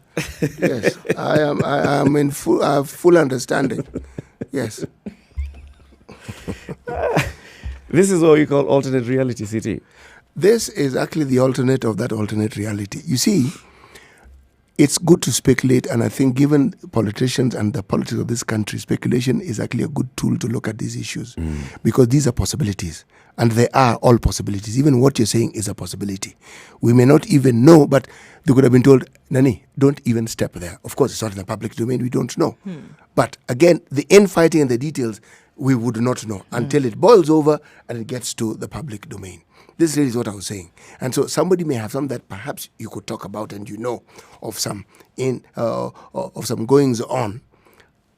Case in point, we're talking about civil society. It is a pity that sometimes we only discuss these things for an hour. Right. And just when you actually want to ask a question based on what the guest has said, the civil society's role in this country is well, it goes beyond mention because it has helped move mountains that one previously thought you couldn't move. However, heavy on prescription, short on solutions that can actually be actioned on. As in, they should do this, yeah, okay, How? fine. How gets a bit vague, all right? But it doesn't matter. One could simply say, why doesn't somebody else take this mantle from here? Because we're doing what we can do, and this is what we can do. And we'll say, yeah, this is important. Somebody else takes it from there and moves forward. If you look at the situation that we have in this country, we are not the only country that has had this sort of situation. And solutions abound. There are countries that have found solutions to these problems, even using democratic processes. And in the absence of deterrence, this is what I was saying. If you don't have a deterrent for bad practices, it doesn't matter how many wonderful solutions you have, it will be difficult to move forward. There has to be a deterrent. We've had some brave magistrates, not that many, brave judges who have come out and made rulings that clearly did not please the government. We've had the DCI acting on certain cases, like this issue of the cases that seem to involve land and seem to involve Deputy President Ruto and other people. There's a mention of Joshua Kulei. There's a mention of someone called Moita. Now, the law of this country, as I understand it, the fact that somebody was set free for lack of evidence, I'm certain that in the presence of new evidence, the case can be revived. Right. So, is this Possible for now a mention in the present to then come about and a reopening of an investigation, for example. So the question I ask, is it somebody who is being picked on? Is it a witch hunt? Is it a witch hunt? Yes. Why now, right? Yes. You see now, I'm tying it up for you, Eric. With the same publicity that somebody receives, whether it's engineered or not, this is now the price you pay for it. Anything that involves you, even something that could not have been mentioned, gets publicity. Anything, so long as your name is a buzzword attached to this content, it will get publicity. It will get publicity. Unfortunately, Unfortunately in this case, because you open the door for something like this and everything that the wind bothers to carry will come in. And that's, I think, because if you whether it was engineered or not, you do it once, every other time it happens, it's going to happen then with more intense pressure. And whether it could be victim it's part of or that hero, larger story of this personality, all right? We've been reading about Kibera, we've been reading about this, we've been reading, and it keeps building. Tanga Tanga, Kieleweke, fly away, whatever it is. Then, the moment you have a situation where there's an issue of land being mentioned, and the name R, and then there's a U, immediately you finish the sentence. It's rude. Yes. You finish the name for yourself. You finish it, just a sentence, and before you know it, it's part of the news. And this is not the only one. Believe me, if something happened 15 years ago, it's going to come up. And it doesn't actually help that he's got, as they say, factions allied to Deputy. Anything that now is said about him, they're also going to want to jump on this and say, we also have been maligned by virtue of the fact that we are allied to this gentleman and his name. You see? So everybody gets caught up in all of this, even until there is a meeting and you say, we were not invited. Look at and you are part of the party for whom is organizing this thing in the first place. Who do you want to invite you? Look at the narrative that politicians have spread for the longest time. You're asking to be invited to your house. Okay. This issue of I am being finished. Okay. This narrative politicians have spread for the longest time. You're criticized. I'm being finished. My people. Yes. They point out something you've done wrong. They want to finish me. Yes. I'm being intimidated. Now, it is fine. You spread it long enough, it becomes an acceptable narrative and it becomes part of our traditions. So now, anything that happens, we have a reference point. And believe me, it will also pick up things you wish it didn't pick up. Simply because your name is mentioned. And you open the door. But does it work against you? It does. Absolutely. This is exactly what I'm saying. It works against you. How does it work against you? It works against you. If you said any publicity is good publicity. It is. See, to your audience, to your supporters, it galvanizes your support. It does. Because they see, you are being targeted and we do not want you to be targeted. But you know better. You also know that there's things you would rather the media didn't talk about. Not talk about. Yeah. It's not, for instance, there is this particular print media publication called the Weekly Citizen. All right? Big on headlines. Content, well, you can decide for yourself. But one of the things that they did is they would look for stories that borderline, if you read it, libelous. Now, we ourselves have a publication called the Nairobian that also prints things that people would prefer they didn't print. Remember, the fact that someone is taken to court doesn't mean that what you printed was not true. No, they just don't. They just meant that they put it out in the open, and now everybody is aware of this same information. You are now invading their private space, so to say. In the same way, when there's publicity for you as a politician, and it's about political issues, that's good. When it gets personal, and the issues that involve not your job, not your office, it involves something shady. It involves something that is gender insensitive. It involves, those are things you would rather the press didn't talk about. But because you open that door, they will. Everything will come in. Anything that the wind can pick up, it will pick up and it will come in. Unless you manage it. Indeed. But the problem is, if you look at yesterday's papers, pointed out to some politicians who had firearms withdrawn, isn't it? If you actually, and I made the comment, if you look at these particular politicians, apart from the firearms issues, they also shot their mouths fairly open. Okay? Yeah. So it caught up with them. One incident of one of those individuals having the firearm didn't go off. It was shot. Okay? It was utilized. It was discharged. And they say, okay, there's an element of irresponsibility that we see here. One other individual, it is not them, but somebody who is aligned to them, shot, somebody actually died. Now, these cases, unfortunately, involve people who are in the limelight more than others. All of them. If you look at them, all of them. And usually it's because of their utterances. Not what they did, just utterances. The things they keep saying. Now, the very things, so anything that happens to them, a constituent spits on your car, on the papers. Somebody in your village insults you, media. In short, you've put yourself in a position where anything you say will be picked up and it will be published. So, it works for you if you have spin doctors, as you say correctly, people who know how to spin it in your favor, but such people rarely do. Actually, they do. if rarely do. they are not themselves the spin doctors, then they also have somebody else who's a spin doctor. But you see, if you look at all those cases that you've mentioned, which of those personalities has suffered politically because of the kind of public publicity that they've received? Not yet. You see, they end Not up yet. not receiving any kind of backlash. Then It why works- these complaints about being picked on if there's no Why is he backlash? saying why me all the time? Usually it's then? privilege that has been removed, and you're saying why It are is you removing this it privilege? is adding to the headline.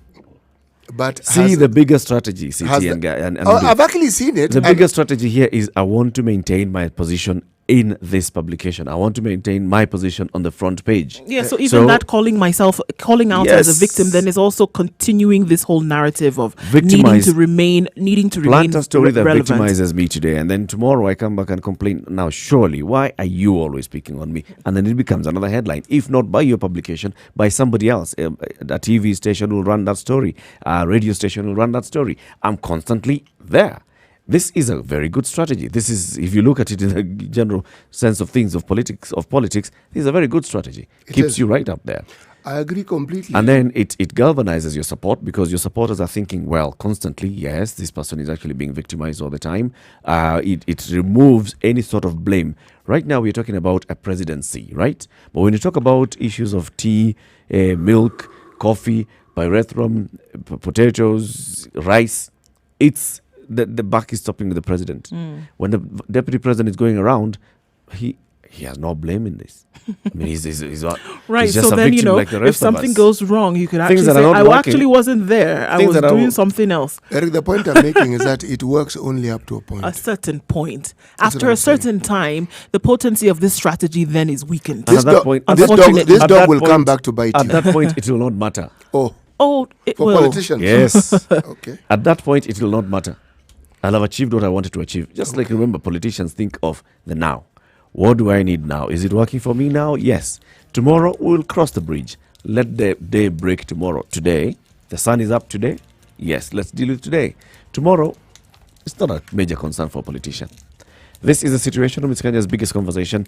It's going to 8:45. Of course, you can join in the conversation on 0719-012-600. That's 0719-012-600. Also, our social media platforms, Spice FM KE on Facebook, Spice FM KE on Twitter. Good morning.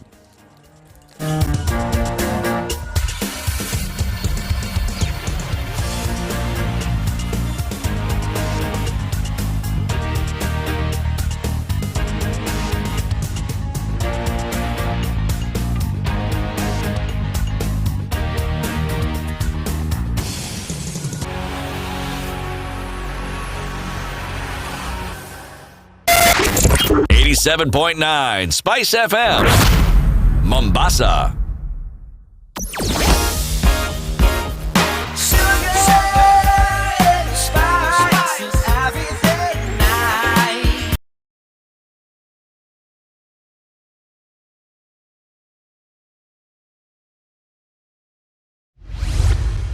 Mature, intelligent talk every morning.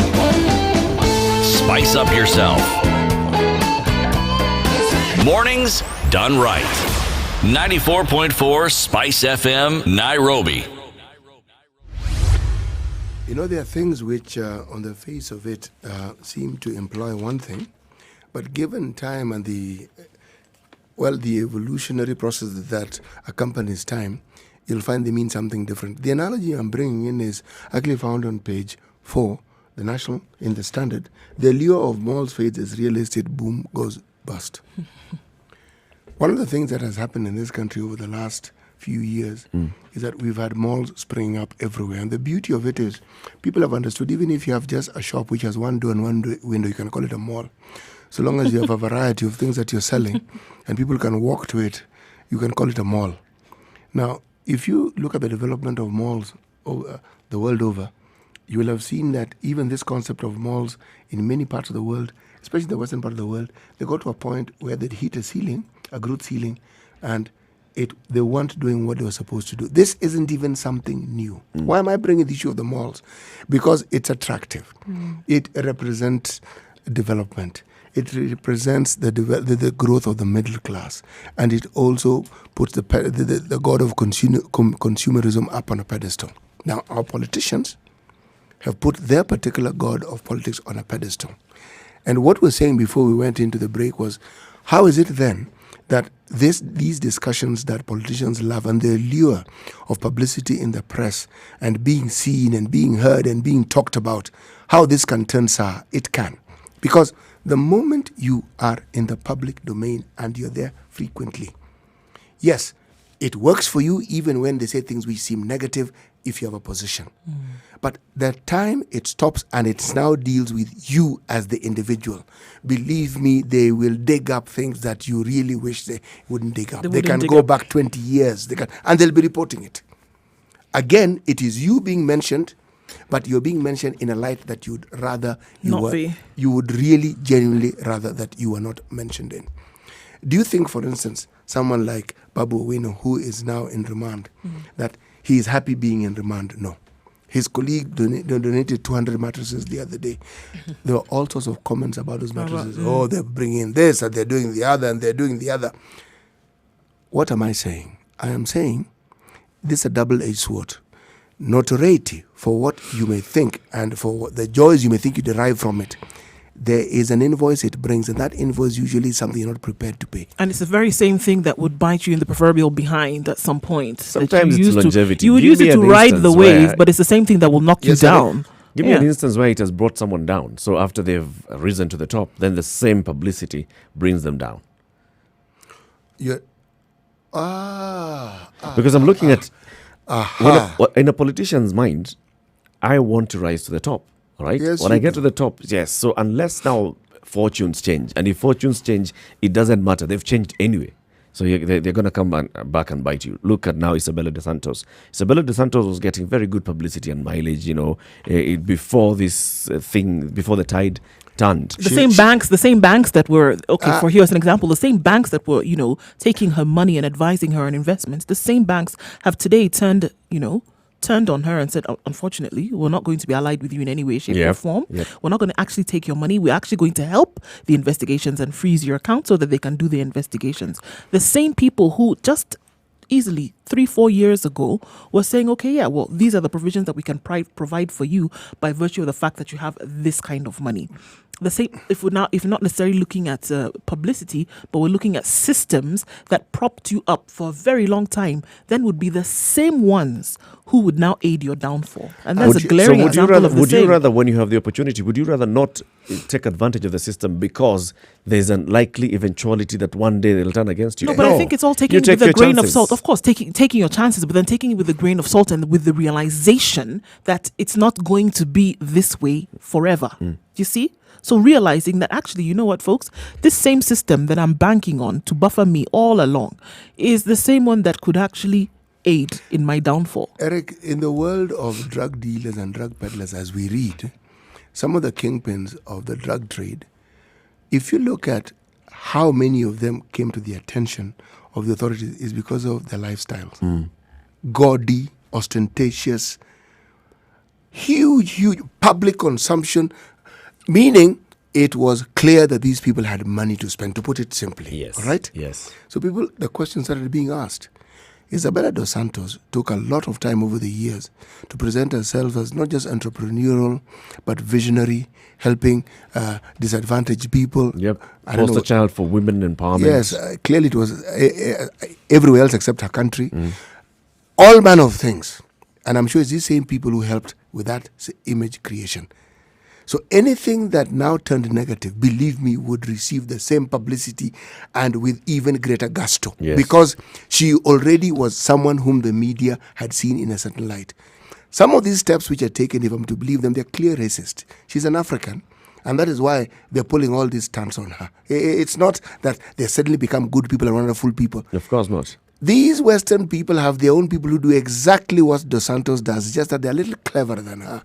They don't own countries which they can disadvantage, but they own companies and they can disadvantage shareholders and they can disadvantage consumers. A different population, a different demographic. Same thing though. But again, as you would say, they may have people who know how to spin these things. With the sort of money this lady is supposed to have, I believe she does, and the people who are supposed to spin it are the people who are selling her now and throwing her under the bus. There's nothing she's done in light of impoverishing her country that is positive. Just looking at the facts and what the publicity that she got when she was heralded as number one richest woman on this particular continent, wonderful crusader for things feminine, the works, all that seems to be generally descending to the level of what we can now call dust and smoke. Right. Stuff that doesn't exist anymore. Yes, and it's not something that will only appear or will happen to someone like her. Even our politicians, much as they may think they're not in Isabella's class, if it can happen to her with all that she has, what about a simple Kenyan politician? It brings you down in the same way. Simple Kenyan politician, just simple. Now, people think that this impunity is entrenched in our tradition and that it can't be broken. These things are going to be broken and people are going to get themselves jailed. These things they've been doing with impunity and thinking they're going to get away with it, they are going to get themselves jailed. In this country? In this very country, this year. Which generation? This year. No. In fact, why don't I give you a time span? In the next 6 months, we're going to see some very important people being jailed. Now, I'm doing exactly what you're doing. Prophesying. I am prophesying. Right. You're likely to see this happening. It's going to happen. And Not likely, it's going to happen. A few people will face the more people will go to court, but people will generally get jailed. They will get jailed. This story of there wasn't enough evidence because the reason why the deputy president was let off the hook for allegedly excising forest land and selling it to KPLC was lack of evidence. Lack of evidence. Story of our lives. That story is going to come to an end. And people will be brought to book and they have to explain. And then they will go to jail. How many cases do we have now pending in court? There are quite a number. There are quite a number of cases high-level pending, cases. right? You're talking about, Kenya Pipeline, Kenya Power, Kenya... Nairobi County. Take your pick. Nairobi County. National Treasury. Take your pick. All over. NYS 1, NYS 2. Ministry of Water and Non-Irrigation, yes. It's also now under probe, right? Yes, take so your all pick. of Throw them. it up in the air, it's bound to land somewhere. That is this what one, for we're dealing every with stone now. you throw, you'll hit almost everybody. One stone. So it's going to take some people down, is what we are seeing, because the net has been cast too far and too wide, really, for it to then not pick up a few fish here and there. And I think we definitely will see something. And again, yes, the same systems that were used to buffer these individuals over time essentially are the same ones that are going to bring them down. Not very long ago, we were discussing the issue of the church in Kenya, the impact and the loss of that impact thereof. So when we had a case of somebody who was reported as being a pastor, slashing the throat of his wife, or was it stabbing his wife to death, right, and then killing himself. Not long after that followed the story of somebody bought 2 new mattresses and then killed his wife and then later killed himself again in Mombasa. Something about Mombasa, okay? Which one of these 2 stories do you think gained more notoriety or more publicity or more discussions? It's a pastor and the wife. Because, definitely, yes, people don't expect that. Why? It is assumed that when someone is a pastor, they will live by a certain example. Right. But even the stories around that marriage, you wonder, wait, goodness gracious me. But it's the same stories that have brought the church into disrepute because people are considered men of the cloth or women. You hear hair-raising stories about their lives and what they're doing, and you wonder, God Almighty, how on earth are these people representing you here? Yes, do we become unfair sometimes in expecting too much of fellow human beings? Yes, Just because you hold this certain position, but you're a fellow human being, we expect that you don't get hurt. We expect that you're superhuman at some point. Superhuman. No, that you cannot get into marital problems or domestic troubles. It's a calling. Or that somebody cannot fleece you and attempt to steal Those your are the church. very tenets. You see, why do we talk about politicians and public servants this way? Because there's a code of conduct by which they're supposed to live. That's why they're civil servants. And one, they don't do what they're supposed to do, deliver those services. Yeah. And then money, we're told, is misappropriated, but we know it's been misappropriated in the direction of certain individuals' personal needs and personal projects and pockets. So we hold you accountable, and we didn't set those rules. When you were stepping up to the position, you knew that these are the rules that you were going to be held by. You understood that. So we're holding you accountable by the very rules of the job that you took. You could have been something else. You could have been a mechanic. But you could chose have been this a teacher. one. Yes, you could have been something else. But this is what you chose, and so that we're going to hold you accountable by the set of those rules for that position. The same thing. The same accountant. There's a set of rules by which he or she is held by. The tennis player. Certain rules by which he or she is held by. this position, certain rules by which you are held by. Those are which we are going to So as a hold you pastor, accountable you should not for. carry a knife to church. No, you shouldn't. No, you Eric, shouldn't, actually. Why is it that we let politicians off the hook? Because we expect them to lie. So when they lie, we say, okay, That's what we expected. we expect that anyway. Anyway, Yes. But not from a pastor. it's a situation, Kenya's biggest conversation. In the next hour, 9 to 10 o'clock, we'll be having the woman rep for Uasin Gishu County, Gladys Boschole. We'll be talking about the politics of the Rift Valley. We'll also be talking about some of the work that she's been doing in the National Assembly. She chairs a crucial committee called the Committee on Delegated Legislation. We know that she also is pushing for this food safety in the country in terms of the kind of pesticides that are being sprayed in the country. Good morning, it's 9 o'clock.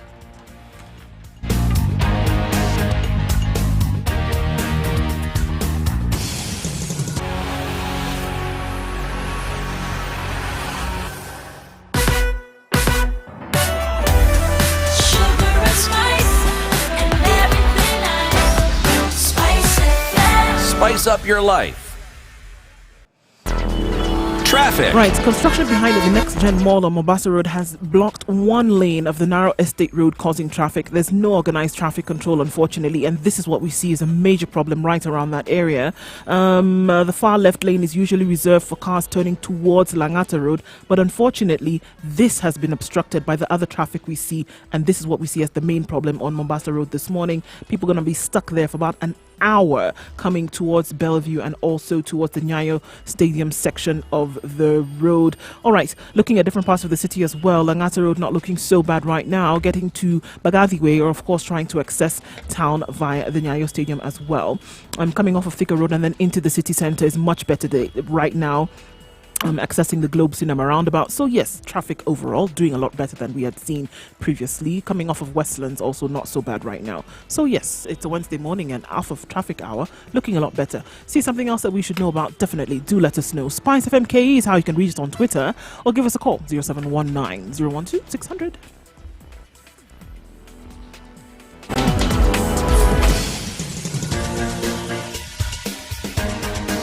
This is The Situation Room, the home of hard-hitting political commentary and penetrating insights about the state of the nation. This is a talk radio experience like no other. The Situation Room, a place for hard truths, debates, and elevated conversations. The Situation Room, witty, political, engaging, deep, controversial. In the room, we have C.T. Muga, researcher, academic, seasoned political observer, a fountain of wisdom in these politically uncertain times. Ndu Oko, Nigerian by birth, Kenyan by choice, communications expert, Pan-Africanist, a truth seeker and believer in people power, and Eric Latin, agent provocateur, the man in the chair, seasoned journalist, news hound, a man who believes in punching up, not down.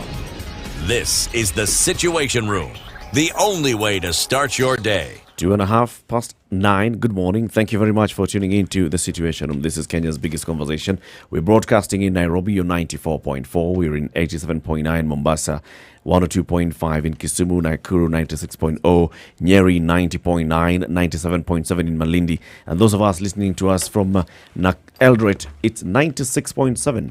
And the woman rep for Uasin Gishu County, Gladys Boschole, is in the studio. She joins us in the hot seat this morning. Good morning, and thank you very much for joining us, Gladys. Good morning, and thank you. Everyone in Uasin Gishu was asking me, what channel is Spice FM? 96.7. Tell them that, right? Yes, now they know. I've And posted of course, you can also join in via our digital platforms. We are live streaming the show on www.spicefm.co.ke. We're also live streaming on Facebook, Spice FM, on YouTube, and on Twitter @SpiceFM. Thank you. Asante sana for joining us. Did we see you at yesterday's press conference by the what we call the Tanga wing of Jubilee Coalition? No, I wasn't at the press conference, but I was part of the deliberations. Right. Yes. So you're talking about joining the meetings this weekend. Yes. And why haven't you joined the previous two meetings? You know, the whole process, the BBI process, was supposed to have brought Kenyans together, according to what the president said. And then it has now become a tool that has divided Kenyans. they are going about it the wrong way. They have turned it into political platforms. This was supposed to, they should have stayed to how they had done it at the beginning, which was town hall type meetings. You know, that's when actually wananchi can engage. But now, when you go and make it a showdown of politicians, exercising their political muscle and trying to see who's bigger than the other person, then it's no longer about wananchi. In fact, it has divided Kenya. And I'm really sad. In fact, I don't think Uhuru Kenyatta intended it to go this way. And I think somebody should let him know. Because I don't know if he's watching the news and seeing what happened. You cannot go to a political forum and it became about William Ruto. They were insulting William Ruto at the political forum. So is that joining Kenyans? And let me tell you. How exactly did they insult the deputy president? I think if you listen to Atwali's speech, he said William Ruto will never be president. So if you are saying that this is about unity and its inclusivity, then you should be telling Kenyans, people, whoever you decide as Kenyans to elect will become the president. Not that there are certain people who will never be. Yes. So you're against the holding of this kind of meetings as political rallies. Yes, yeah. I want it to be town hall meetings where you engage with the public. Remember what we were told in Bomas. Those two don't go together, because one, you want political town hall meetings where the committee is engaging with the people one-on-one, and then at the same time you're saying we are going to attend the Mombasa meeting. You see, now we are politicians. We can't also be left out. As much as we don't agree with the manner in which it is being conducted, we cannot be left outside. And that is why you find someone like Musalia and Wetangula eventually went. Because also, if you stay out, what happens is you don't have a chance to put your voice. But if you looked at the manner in which they conducted the first season 1 of BBI, it was just going to the wananchi. There were no politicians there causing political statements and so on. So why don't they stick to that methodology? But also, we are being taken for fools as Kenyans. Because first you tell us that you're going to disseminate the report to Kenyans. And then you say we are also getting their views. Methodology, first of all, teaching methodology is wrong. You are supposed to disseminate, then sit back and come back after a couple of months. Then public can now have views. But you cannot be making us look like, I mean, you can't lie to us. Are we idiots? That you go lecture wananchi about the document. That is dissemination. Then 2 minutes later, somebody gives views. That means it was, it's a written memorandum. An 18-page written memorandum. That means it was written in advance. This is a predetermined process that is going on. So that is one. Number two, the BBI report there is nothing to argue in the BBI report about. I have read that document 100 times, and I can tell you the things it is saying are the things that we agree with as Kenyans. It says there is chronic unemployment. It says that the political and the economic systems have collapsed and are a catastrophe in the making. I'm quoting the BBI report.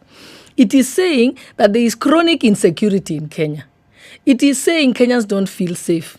It is saying that Kenyans don't trust their leaders. They said Kenyans have no faith in their political and religious leaders.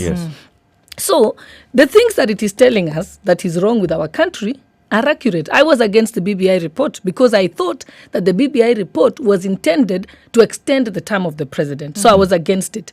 I also was against it because I said if it is going to create a referendum, that is not the manner in which to go to a referendum. There's only two ways of going to a referendum. Changing the constitution, either a popular initiative or the parliamentary initiative. So I was against it. But when I read the report, I was so deflated. I'm like, but we know this. I've even I've offered that I want to do the job pro bono. I will take that report and I will develop an implementation matrix. And I can tell you precisely which institutions should do what, which laws should be changed to implement the report. So why don't we just go to implementation? Why are we spending money and resources? Yet we have real challenges in this country. We still have the Big Four agenda that Jubilee promised to implement. So why are we so unfocused as a country? And the things that are in the BBI report are things that can be solved by existing institutions. For example, inclusivity. That is chapter 4 of our constitution. All we need to do is get the National Gender and Equality Commission to do its job. We need to get the Kenya National Human Rights Commission to do its job. We need to get the National Cohesion and Integration Commission to do its job. So we have people who are driving Prados, earning 1 million shillings, no less, a month, to do that, and then now we want to do another BBI report to come and set it out. So what I hear you saying essentially is that we have institutions and agencies mandated by government to do their job, Yes, but they're exactly. not doing their job, but somehow they're still there. They are not doing their job, and also what is shocking is Uhuru Kenyatta is the head of state. He can crack the whip on these institutions to do the job. For example, the BBI report says we should broaden our tax base.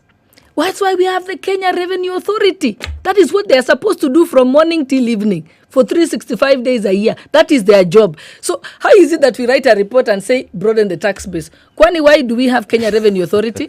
You know, this thing has become a joke taken too far. And I cannot understand why, and I'm asking you people in the media, and that's why I'm going to the media houses, because you people should help us and say this is a joke. When you tell me that we have insecurity in Kenya, we have the National Police Service, we have the Kenya Army, we have the National Intelligence Service, huge institutions that take a huge amount of Kenyan taxes. That is their job. So, and who is the commander-in-chief? It's the president. So why can't we let them do their job? The president should just run the country. That is what the BBI report is basically highlighting. It's highlighting the fact that, well, there are people who are supposed to be doing their jobs and they are not. When you talk about, for example, lack of trust and faith in leadership, in political and religious leaders, you as politicians, you're the ones we are telling. We don't have faith in you. Trust in you. We don't have faith and trust in and you. I think they shouldn't, and it's actually. important that the BBI report comes out and tells you that we don't have faith in you. And we don't have faith with reason. Part of it is politicians tend to solve many problems with words, and we hear a lot of it. Now, for many citizens, the BBI is just more words. But let me get to the BBI. That we have political rallies, we understand, and what you're saying is true. But does it detract from the fact that the BBI team that was gazetted recently cannot go about their business as they were mandated to do? Does it mean they cannot? I think I could not even comprehend why we were having the Kisii and the Kakamega rally, the manner in which we did it. Those are politicians doing their thing. It means but even the president as head of state must call off this BBI manner in which it's being conducted. It is his job to do that because he started it. First of all, he had a manifesto. The Jubilee manifesto, he said he'll create jobs, he'll increase the economy, I don't know, he'll do what, which we all bought into. And we bought into that idea. Now, he has made a report, he has commissioned and launched a report that says he has failed. Himself. He has castigated himself. Because the things in the BBI report that are the problems he said he will resolve. Now he's writing to tell himself about the problems again. When he was running for presidency, he told us he's going to solve those problems. So I want you people to read. In fact, next time invite me to this show, I'll take you through the Jubilee manifesto, and then I will take you through the BBI report. You can see whatever we have complained about in the BBI report is what Uhuru Kenyatta had analyzed himself. And William Ruto. It's a joint ticket. Yes, a joint ticket. So presidency is both, But you always refer to the leader. So when they made that... No, when we were electing them, we were electing Uhuruto. Yes. It was a package deal. Yes. It was a package deal. When they were campaigning, when they were selling these promises, they were selling the promises together. Yes. So now, okay, but when I speak about Uhuru, I'm talking about the also presidency. William Ruto. I'm talking about the presidency. Okay. Yes. So you can see they had a very good analysis of the challenges of Kenyans. Look at 2013 to 2017. They increased, our road network was 5,000 kilometers since independence. In 5 years, they built 11,000 kilometers of road. They connected 7 million homes to electricity. They built the SGR, things we never achieved since independence.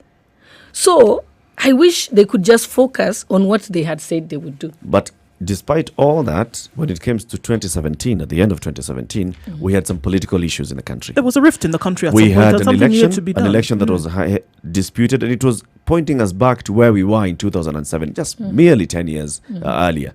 And that's why there was a handshake, first of all, right? And the handshake was saying, look, we've had a political tensions here, and let's resolve these political tensions. Form a BBI task force that looks at what is the root cause of this. Why do we end up having, and the BBI talks about, is it 2 years safe versus 3 years of political turmoil, or the other way around, 3 versus 2?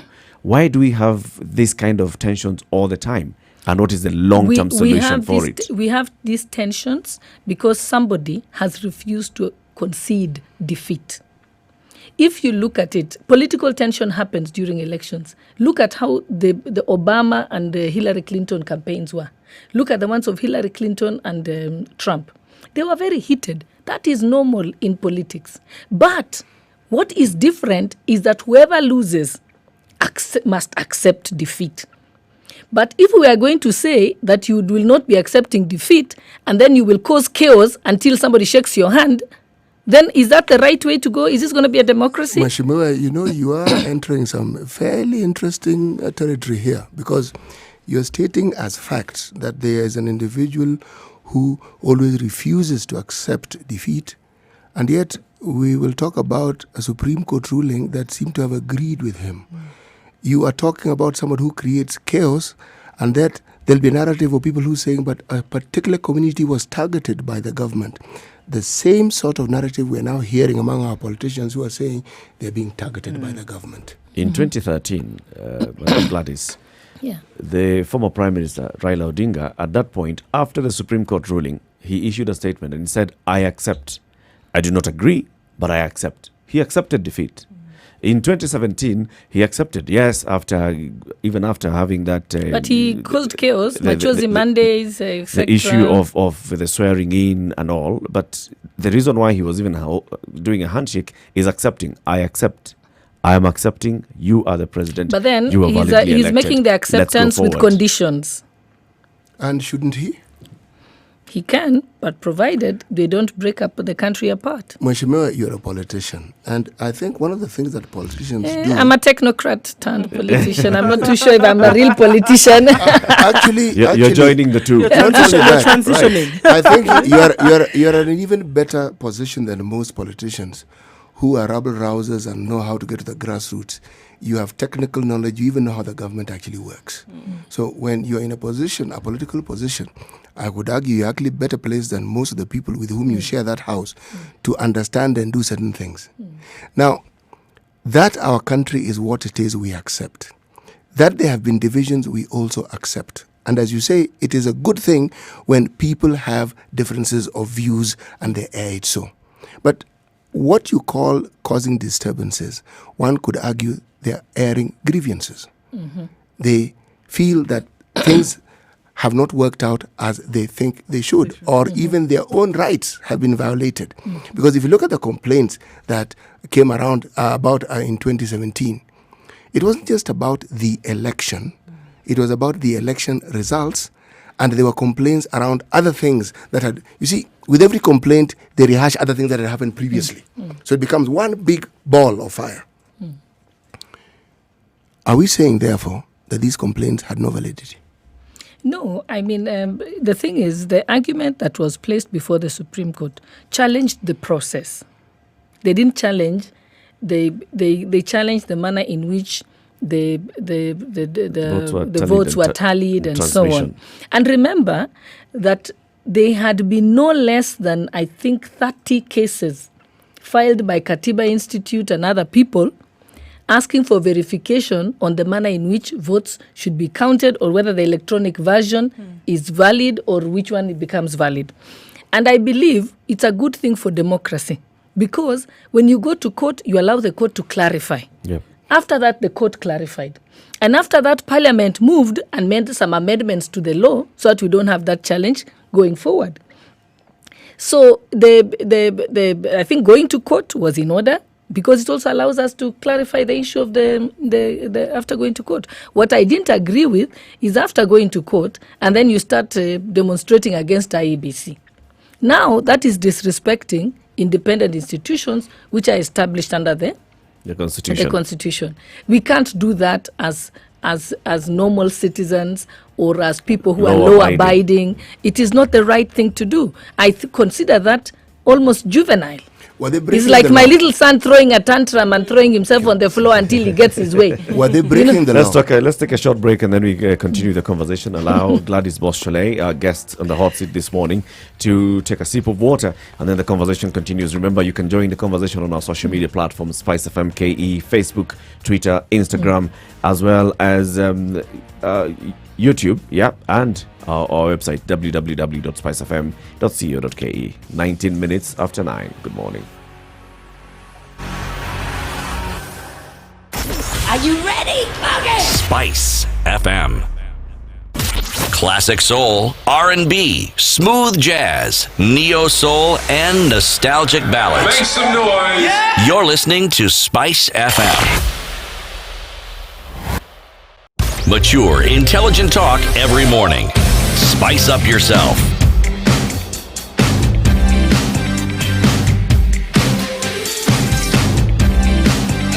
Mornings done right. 94.4 Spice FM, Nairobi. So let's go back into the conversation on the BBI and the way forward for BBI. Of course, now we know there's a report that's out. The BBI task force's mandate and term has been extended. There's a 30-member technical team that has been set up to look into what is in the report and see how to break it down into an implementation matrix. What requires... You don't need 30 people. I can do it in 2 days. You can do it pro bono as in one. 2 days. But I've asked for that job. So now that we have political... So we have two things that are happening. We have political rallies, which you've said you're going to join and also... organize your own parallel political rallies. Did we get that right? Yes. So why do you want to organize parallel rallies? Why not just join this movement and do the rallies together? No, but you see, the thing is, we are supposed to try and disseminate the report as far as possible to members of the public. And I think our people look at us as leaders for direction. So we cannot let them down by saying we're not going to attend any of the rallies or that we are not going to continue in the dissemination. But as we speak, I can tell you something. The government printer has not printed that report. I was told by Amos Waku that there was only a soft copy because of secrecy. But when I look at that report, there's nothing secret in the report. And then he said that they are going to, because I asked him, I would like to have a copy. Then he said that they had given a contract to someone to print them overseas. So we are still waiting. Do you have a copy? It's on the website. Yes, but how many Kenyans have it on the website? If you look at the standards of civic education... As good leaders, you can actually download it from the website and print it. You don't need to wait for the government printer. If you're holding these political rallies around the country, how are you going to disseminate the information? No, we are going to... You see, if you notice, listen to Bukungu Stadium. Was there any explanation about the report? No. It was political talk. Nobody explained the report to anyone. But you want to do it differently. That's what I'm saying. We want to try and do it differently. Yeah. But it is not my job to underwrite the government. If the government started this process and they've been earning allowances, those BBI groups, yes. They must finish the process. Yeah, they're having vehicles, etc. It is their job and part of the budget that they must disseminate it. And if they want it disseminated, the correct way to do it, you can use IEBC. IEBC has a directorate of civic education and a directorate of voter education. There are people who are professionals and know how to break down information to persons. Yeah. They will be the ones who will produce even flyers on different parts of the report. So we can't do it in a pedestrian manner. Kenyans is not a country of fools. Which is why I'm calling you out, Gladys. So you wouldn't be doing anything differently either. You're doing exactly the same thing. You would be doing the same against. thing, isn't it? Sorry? You wouldn't be doing anything different from what this the other group is doing. As for what we're saying, it would just be another political rally, wouldn't it be? It wouldn't be civic education. We haven't started it. We haven't started it. So there's still time to pull out. So I'm still waiting, and remember, I don't make the decision alone. I mean, we have a political party, we have a caucus of certain leaders, and I have to listen to them. But I will weigh in on my ideas on the manner it should be done.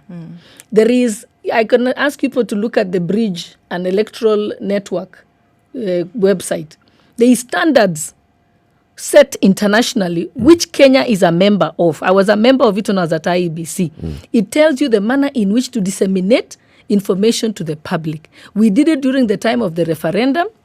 We had different chapters in simple words, in different languages being given to the public. We had referendum committees. We had one led by Martha Karua. There was another one led by Bishop Karaoke. There was another one, different. And Uhuru Kenyatta was the deputy prime minister at that time. And he was also the minister of finance. I remember going to his office and pleading with him to fund the referendum committees. Because I told him, if we do not fund the referendum committees to disseminate the information to the public, then this referendum will not become legitimate. And he did provide 10 billion shillings for us to do that. We gave it to... So it's not something he doesn't know. He knows. He's worked in government. Now that we're talking about the referendum and referendum committees, as a member of parliament, it'll be your role or your duty to actually ensure we have a referendum law, right? We don't have a referendum law in place. What's the status of that? No, I mean, the thing is, there's nothing called... we already have the chapter on representation of the people that is in the Constitution. We also have the IEBC Act. We also have the Political Parties Act. We've had a referendum before. So it is possible for us to be able to hold a referendum if they want us to do that. But the question we should be asking ourselves, with the way the country is going at the moment, is a referendum our top priority? Because we know that every year, every time we have elections, the economy goes down. Ask Treasury, ask IMF, ask David D. They will tell you. If you look at the graph, we drop during elections. Not because so of you the have to tell us because of the politics surrounding because this. of the politics. So as a country who is doing badly economically, if I was the head of state, I would ask myself, do I want to take my country, the economy is doing badly, you want to take us to a referendum and then take us again to an election in 2022? And if they want to have a referendum question, we can actually put it together in 2022 with the questions. That would be even a more efficient way. Because we are a broke country. I don't know why we are behaving like we have money to throw away. Actually, tell us, because I believe that you represent a class of people who actually help us govern the country. Yeah. Why are we behaving this way? Why were we behaving like that? Well, because they are selfish leaders. Because they are selfish leaders. Everything starts from the top. Everything starts from the top. Yes. So even I know that I had an opportunity to listen to the CS Treasury when he appeared before my committee to try and help us. The current one? The current CS Treasury, yes. He was acting at that time. And he came before my committee. He made an impassioned plea and told us that the country is going down because we were borrowing domestically from local banks, which was charging us at 9% with a shorter period, which means it was a very expensive loans. Extremely. He came and he said, we want to retire all domestic loans and be able to borrow internationally. But in order to borrow internationally, they had to improve their credit rating, which means we had to increase the debt ceiling to 9 trillion. And at that time, I remember we discussed with our committee. People in my committee were very angry at first, and they said, we are not going to be paying for the sins of Uhuru Kenyatta and his mandarins in Treasury. But I remember telling them, you know what, this is for our country. If we don't retire these domestic loans, the country will go down. So I do my part when I'm required to do it, and when I have the power to do it, and the influence to do it, in order to do the right things for for my country. Did we retire these domestic loans? Now, that is the part we don't know. Yes, and I think maybe... We raised the ceiling, didn't we? We raised the ceiling. Sorry, you raised the ceiling on our behalf. That perhaps... We raised the ceiling Yes. so that we can borrow at 1%. Yes. And usually they give you a longer term loan. Yes. Yes, so we did that. We were assured by the Treasury that they will retire the domestic loans. What I would like to ask you people in the media, because you are the ones who can help Kenyans, can you investigate and find out, did they retire the domestic loans in the first place? Yes. What did the CS promise? I'm sure you must have asked. Once we give you this, what are you going to do, and in what time? What are the timelines? They said they would retire the domestic loans. By what time? And he said that he will, because now he's required to report to the budget committee and the finance committee. Yep. Yes. So he's now, after he left my committee, he is required to go and make that report. And even he hasn't made it, he'll be required to make it anyway before he tables the current budget for the 20, in June. 20. Right. Yeah, so we'll catch up with him. Okay. So then in terms of catching up, there's a question we often ask, and we keep it out there asking, but now that you're here, let's ask it directly. How then do we keep leaders accountable? These things that you say that you're going to do, or these promises that you make, how then do we make sure that they're actually done? The people, again, are the ones who are at the center of all of this. Yes. Or as when the big ones clash, the grass suffers, as they say. How do we keep leaders accountable to make sure that and that's why I think I always believe that when people are well informed, then they will know how to keep their leaders accountable. If they don't have the information, then how do you know your leader has failed you or has not done what they've done? And that's where, again, as the media, you have to help us. You have to disseminate this information, because if you tell people your people failed in doing this. For example, I know... We hold you accountable because we've given you the job of holding the government accountable, right? That's our role as well. And that's why we ask you. So when the CS comes and convinces you that you need to increase our debt ceiling to 9 trillion shillings, you must have asked, by when do you want to retire? He said he would report to the, because also we have to do it through the process. He said he will report. He would retire them, and he would be reporting as per schedule during the budget hearings to the budget committee. And I know when we go back on recess, that is when we will now see if he has done it. Because also we can make that demand, but it has to go through the necessary processes. Yes. And I, as somebody who has worked in government and has been involved in budgeting for many, many years, I know that you cannot require him to have done the report until the budget hearings start in February. Okay, they've started a bit now, but February is when they'll pick up in earnest. Yep. So then at that time, you can invite me to the show, and then I can be able to tell you if he has done it. Out. Yes. Thank you very much. Gladys Boschele is the woman rep for Uasin-Gishu County. Remember, she says she is a technocrat who has joined politics, and she's doing a very good job in politics as well. Oh yeah, and I can tell you that my committee, which I chair, has been rated as the best performing committee in Parliament. Which committee is this? The Committee on Delegated Legislation. We have given in the highest number of reports in the history of Parliament. So I am doing my job, and a good job at it. We will discuss one of those reports when we come out of this short break. 9:30. Good morning. Let's take a look at what's happening on the roads.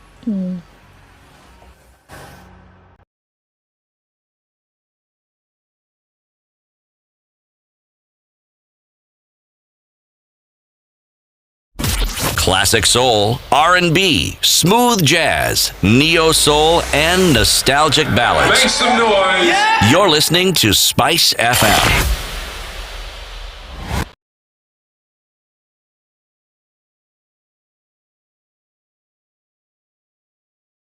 .1 Spice FM.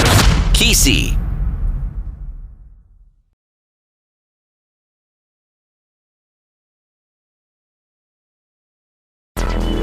Traffic. All right, so taking quite a lot of time to get where you're going this morning. Unfortunately, Mombasa Road seems to be the culprit today. Quite a lot of traffic today, as other days, unfortunately. Coming off of Thika Road as well, it seems to be causing a problem. A lot of traffic getting to the CBD. no alternatives right now because the southern and eastern bypasses are being used, but still that is quite the thing. Okay, the far left lane is usually reserved for cars coming from Langata Road, as we know, coming off Mombasa Road, but that has been obstructed by construction that's going on, and also matatus have used that as a second lane today. So the traffic is of epic proportions now, and that has built up over the last hour. We'll see how we can get out of that, but for now this is where we are. Ngong Road getting to the City Mortuary roundabout also posing a bit of a problem inbound and outbound, and also getting into the city centre. Waiyaki Way is a little better than it was earlier, but still slow. A little bit past where we should be seeing such high levels of traffic, but let's see what it looks like in a short while. Spice FM KE, if you have any information you'd like to share, or give us a call, 0719 012 600. Mature, intelligent talk every morning. Spice up yourself. Mornings done right. 94.4 Spice FM, Nairobi.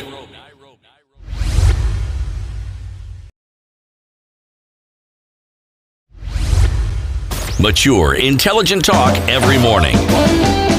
Spice up yourself. Mornings done right. 94.4 Spice FM, Nairobi. Chile, the woman rep for Western Gishu County, the chairperson of the Committee on the National Assembly on Delegated Legislation. She's a former registrar of the judiciary, former IEBCC. You have, good CV. So tell us about this Committee on Delegated Legislation. What exactly do you do?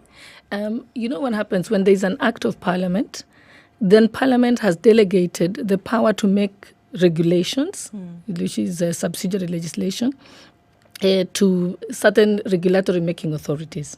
So there are some regulations can be made by different ministers or institutions and so on. And so when they make those regulations, they publish them, but they're required to come to the Committee on Delegated Legislation for approval. For example, the drones. Remember, there was the drone regulations. Right. We nullified those ones, and now we are under discussion to prepare fresh regulations. Which are the example? Private security regulations. Yeah, private security regulations. They've been that. Biashara fund regulations also, which we nullified. But we've people know about the ones we nullify. But actually, we have approved. We have approved, I think, 125 pieces of regulations. All right. And then we have nullified about 30. And what happens is, actually, the law that applies to the ordinary Mwananchi is actually delegated legislations. Yes, because and it's like, and for me, I'm enjoying it because that's that's my cup of tea. Yes, my forte. That's what I. So it's exciting. Let's talk about one of those regulations. We discussed them here a couple of weeks back. The regulations on private security, right? Of course, your committee rejected those regulations. Yes. Why? What issues did you have? Yeah, first of all, they didn't undertake a proper public participation within the threshold that was required. They also closer to the mic. Oh, sorry. So there was poor public participation, didn't meet the threshold. There was also challenges where they had indicated that there were certain payments you have to make in order to be able to have a private security company. Yep. And what would have happened is only 3 companies would have been the ones to remain in business. That was going to be G4S, KK, I think. And so it was going to kill all the local. Why? Because they were requiring them to make a lot of payments. They were requiring them that you have to pay a guard. Right now, I think the cheapest guard you can get is 32,000 shillings if you're a day guard. Yeah. That's what you pay to the owner of the company. The owner of the company. Okay. But there is also challenges in terms of a lot of these people don't pay. They don't pay what is it called, the minimum wage. Yeah. So they also mistreat the guards. Yes. So what we told them is you people need to go back, hear what the guards have to say. Also, give us a time frame that allows that when we pass these regulations, they don't collapse the local security companies. Because these people hire 500,000 people. We cannot let that... Those are many jobs to lose. Yeah, that's many jobs to lose. So, yes... I think the regulations had some good things, but the regulations had some things that are going to be damaging. And what we said is the good thing about this is we can allow you to go and consult again and ensure that we come up with regulations that does not harm anyone. Right. Yes. Something else stood out for us in those regulations, and this is where the regulations allow, and even the law allows the head of security agencies, this particular case, say the IG of police, to co-opt the private security companies into some operations of the security organs. And they say that during that kind of operation, the private security officer will have the powers and the rights of a police officer. And we were asking ourselves, is this a backdoor route of getting private security contractors or the government outsourcing security to private security companies? You see, if the police, even if today there was an operation that needs to be done, the police can co-opt even you as a mwananchi to go and help in the security operation. So that is a normal standard, except that this time they wanted to put it in the regulations so that they can be able to use a private security firm whom they think. Because let me tell you, the police can't do all the security in Kenya. Yeah. So that one, we didn't have a problem. We didn't have a problem with that. The problem that we were seeing, that I was seeing, for example, is looking at the case of Iraq, for instance, where we see the American military hiring private security contractors, and then those contractors are the ones who are running some shoddy operations. So when you come up with issues of, abuse of human rights, it's a private security company that conducted that was involved. The military is left clean. No, Same kind of issues we have had in the country. We've had very many NGOs complaining about extrajudicial killings and bad treatment of human rights treatment by security organs. If the security agencies subcontract a certain company called Latif Security Consultants, and we are the ones who go and shoot people and kill people, a new Wagala massacre comes up, the government will come out and say, you know what, we had hired Eric. In fact, Eric has been jailed and his company has been shut down, and the government is But that is why it is good to put it in the regulation, because when you put it in the regulation, at that time they're under the command of the IG, which means the government will be responsible for their actions, which means the government can be asked to pay compensation for any actions of that particular private security firm at the time. When you leave it open the way it is now, that's when you can divorce yourselves and says that is nothing to do with us. Right. But now, when you put it in the regulations, it's even better, because then it makes the government responsible for the actions of those persons. All right. Something else that you've also been pushing in the National Assembly, this is to do with pesticides. Tell us about that. Yes. I filed a pesticide petition before the floor of the House. It has been taken to it's currently before the Health Committee, and it is, basically what I'm saying is there is 262 pesticides that we are using in Kenya that have been withdrawn from the UK market, from the US market, and the entire Europe, because they have been confirmed to cause certain diseases, one of them being cancer. There is a product that is being used in Kenya, yet in America, the courts have declared that they were the direct cause of cancer, and many of those persons are being paid now. And many of the people who are affected are people who are running, they were gardeners in golf courses or in schools, and they've been paid. Yet in Kenya, we are still allowing those pesticides to be sold in Kenya. And I had the opportunity to work with the top scientists across the world. I was supported by Root to Food Initiative, an NGO, and the Hedrick Ball Foundation, and they did a desk review. And we are asking, I've told the Pesticide Control Board in Kenya, you do not require a task force. These have already been confirmed as causing cancer in other countries. Just remove them from our shelf. And it's not going to affect us because we are importing 13,000 types of pesticides. So even if we remove these 200, it's not going to affect farmers. Is there any bottlenecks to having them removed? No. It is corruption by the Pesticide Control Board. In fact, that board must resign because they don't know. They know, but they are being bribed by the pesticide companies.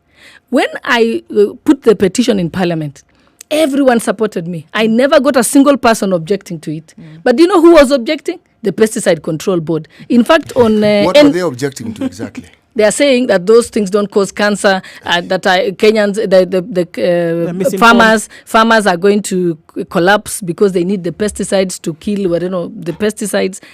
Then I asked them, we can use the others. Just remove these 262.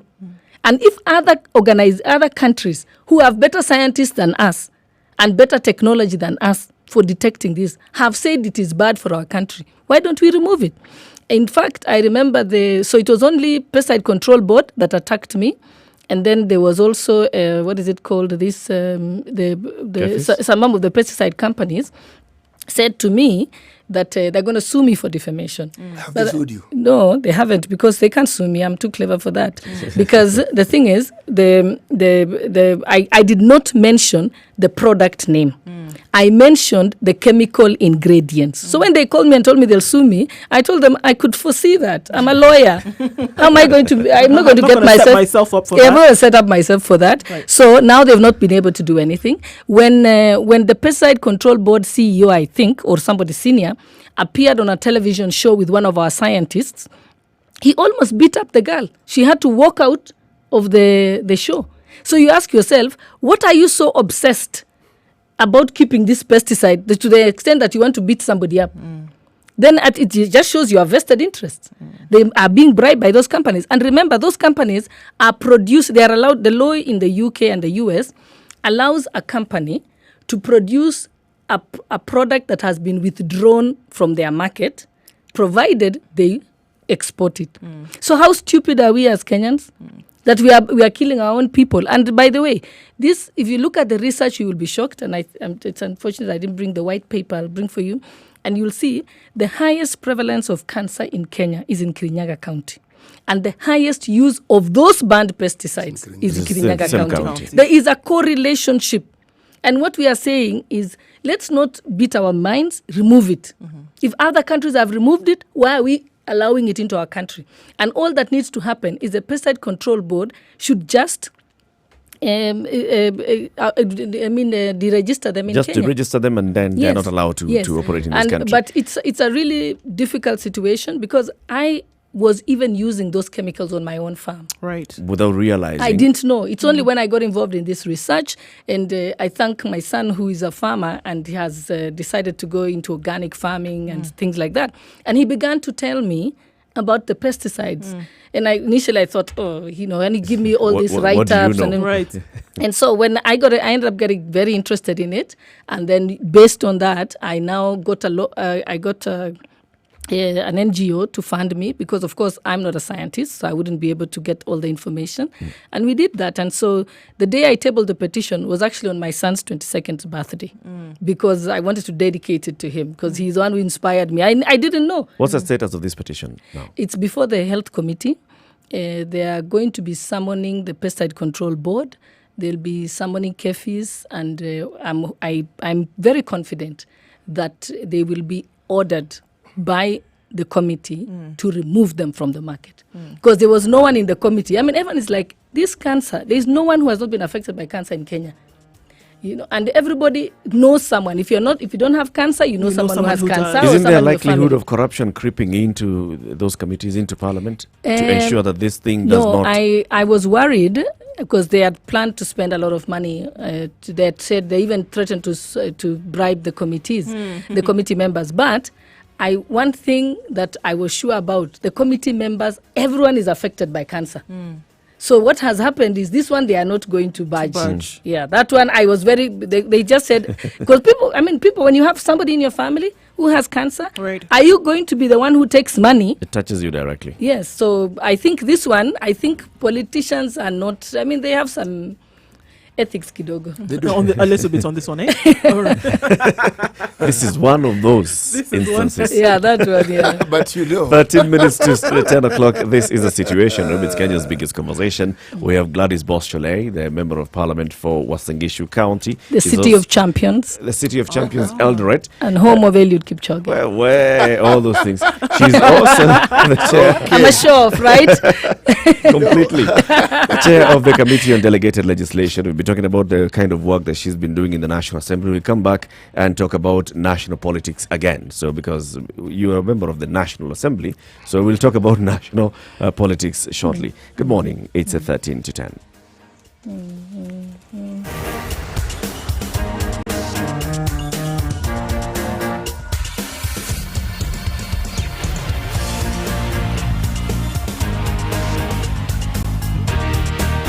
Classic soul, R&B, smooth jazz, neo soul, and nostalgic ballads. Make some noise. Yeah. You're listening to Spice FM.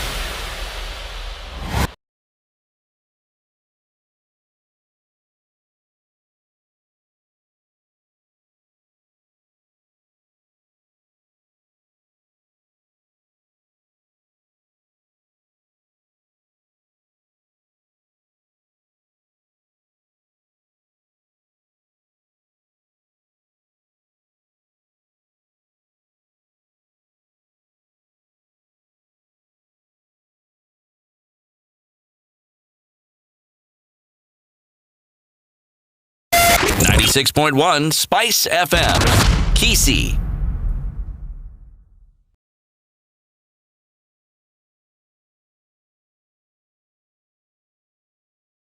Mature, intelligent talk every morning. Spice up yourself.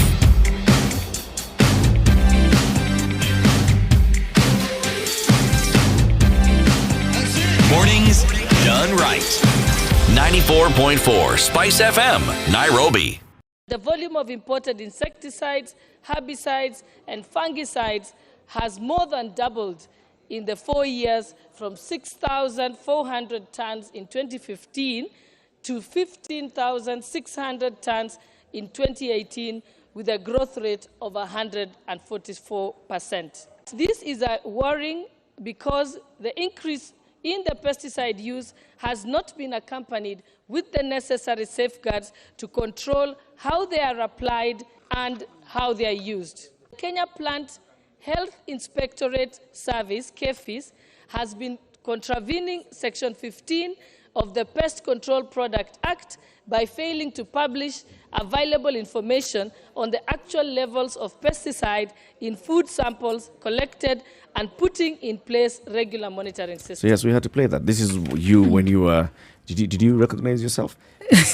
No, I was wondering, that voice is familiar, then I realized it was me. Yes. When you were raising the petition in the National Assembly. So you said it's before the Health Committee. Yes. And we're waiting now for, of course, for it to go through the cause. Back to BBI.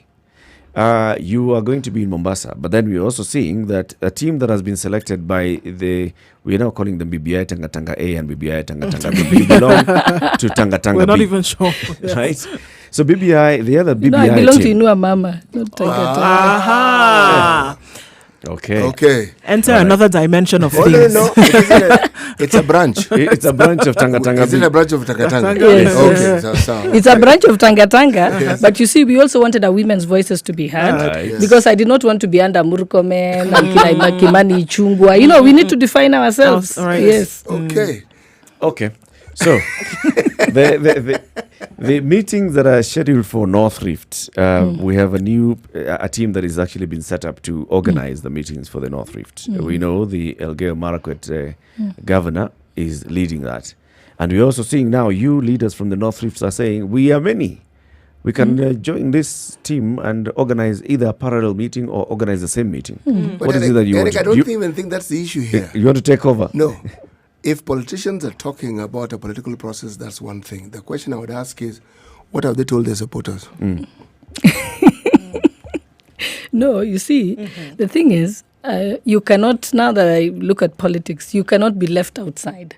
Because had we said we stay away, and then these guys go to Bukungu, go to Kakamega, they're going to make us irrelevant as politicians. So we've decided, you know what, we are going to fight this from inside.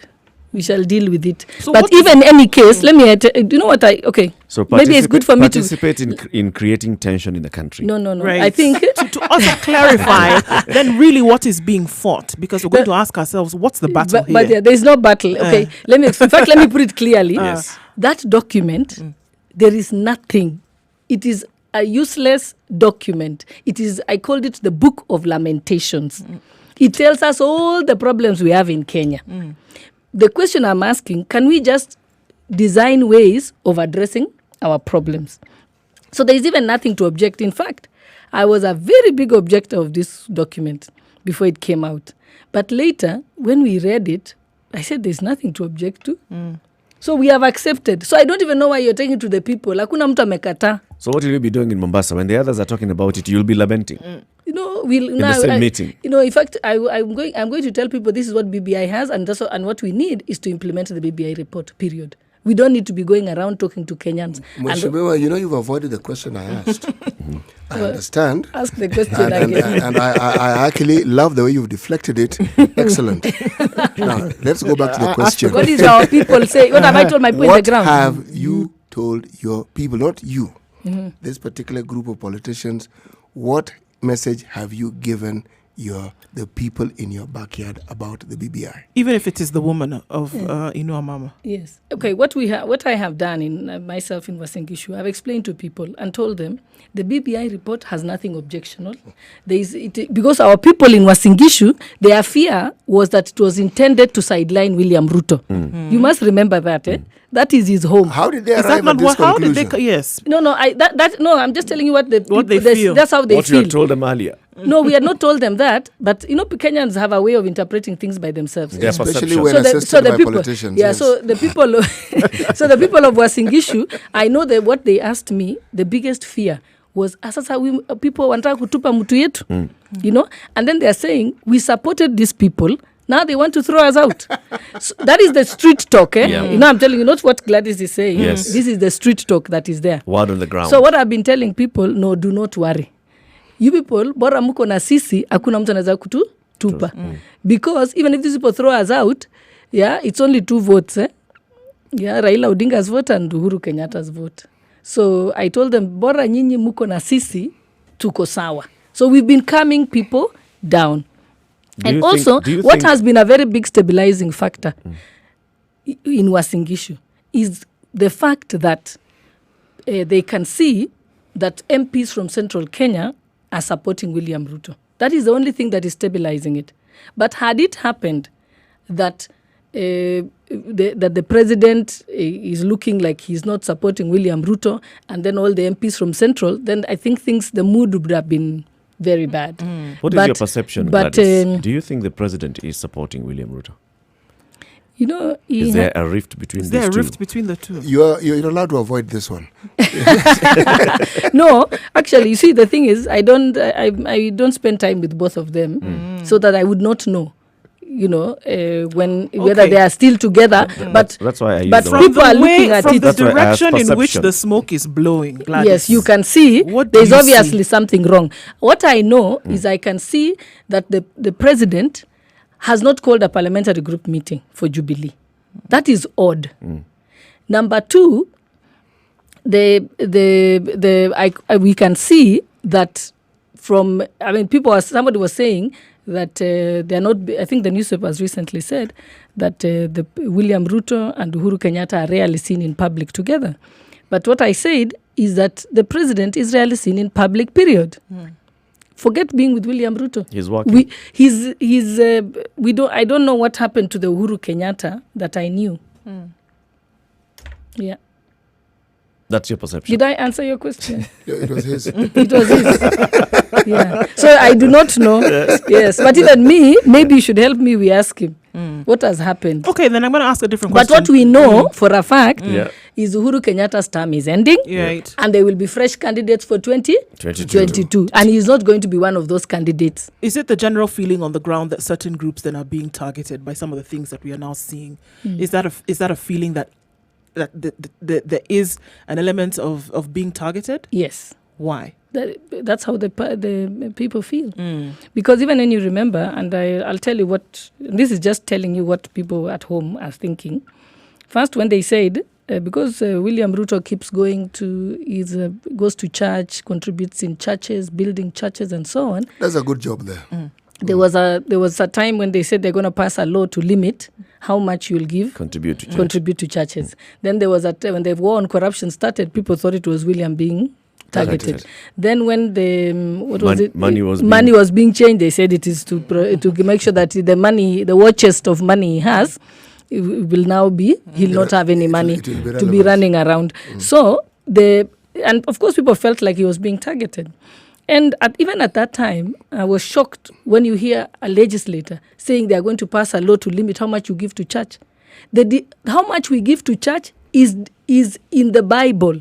The Bible is our constitution. As a Christian, I will follow what the Bible says, not what you cannot legislate me to heaven.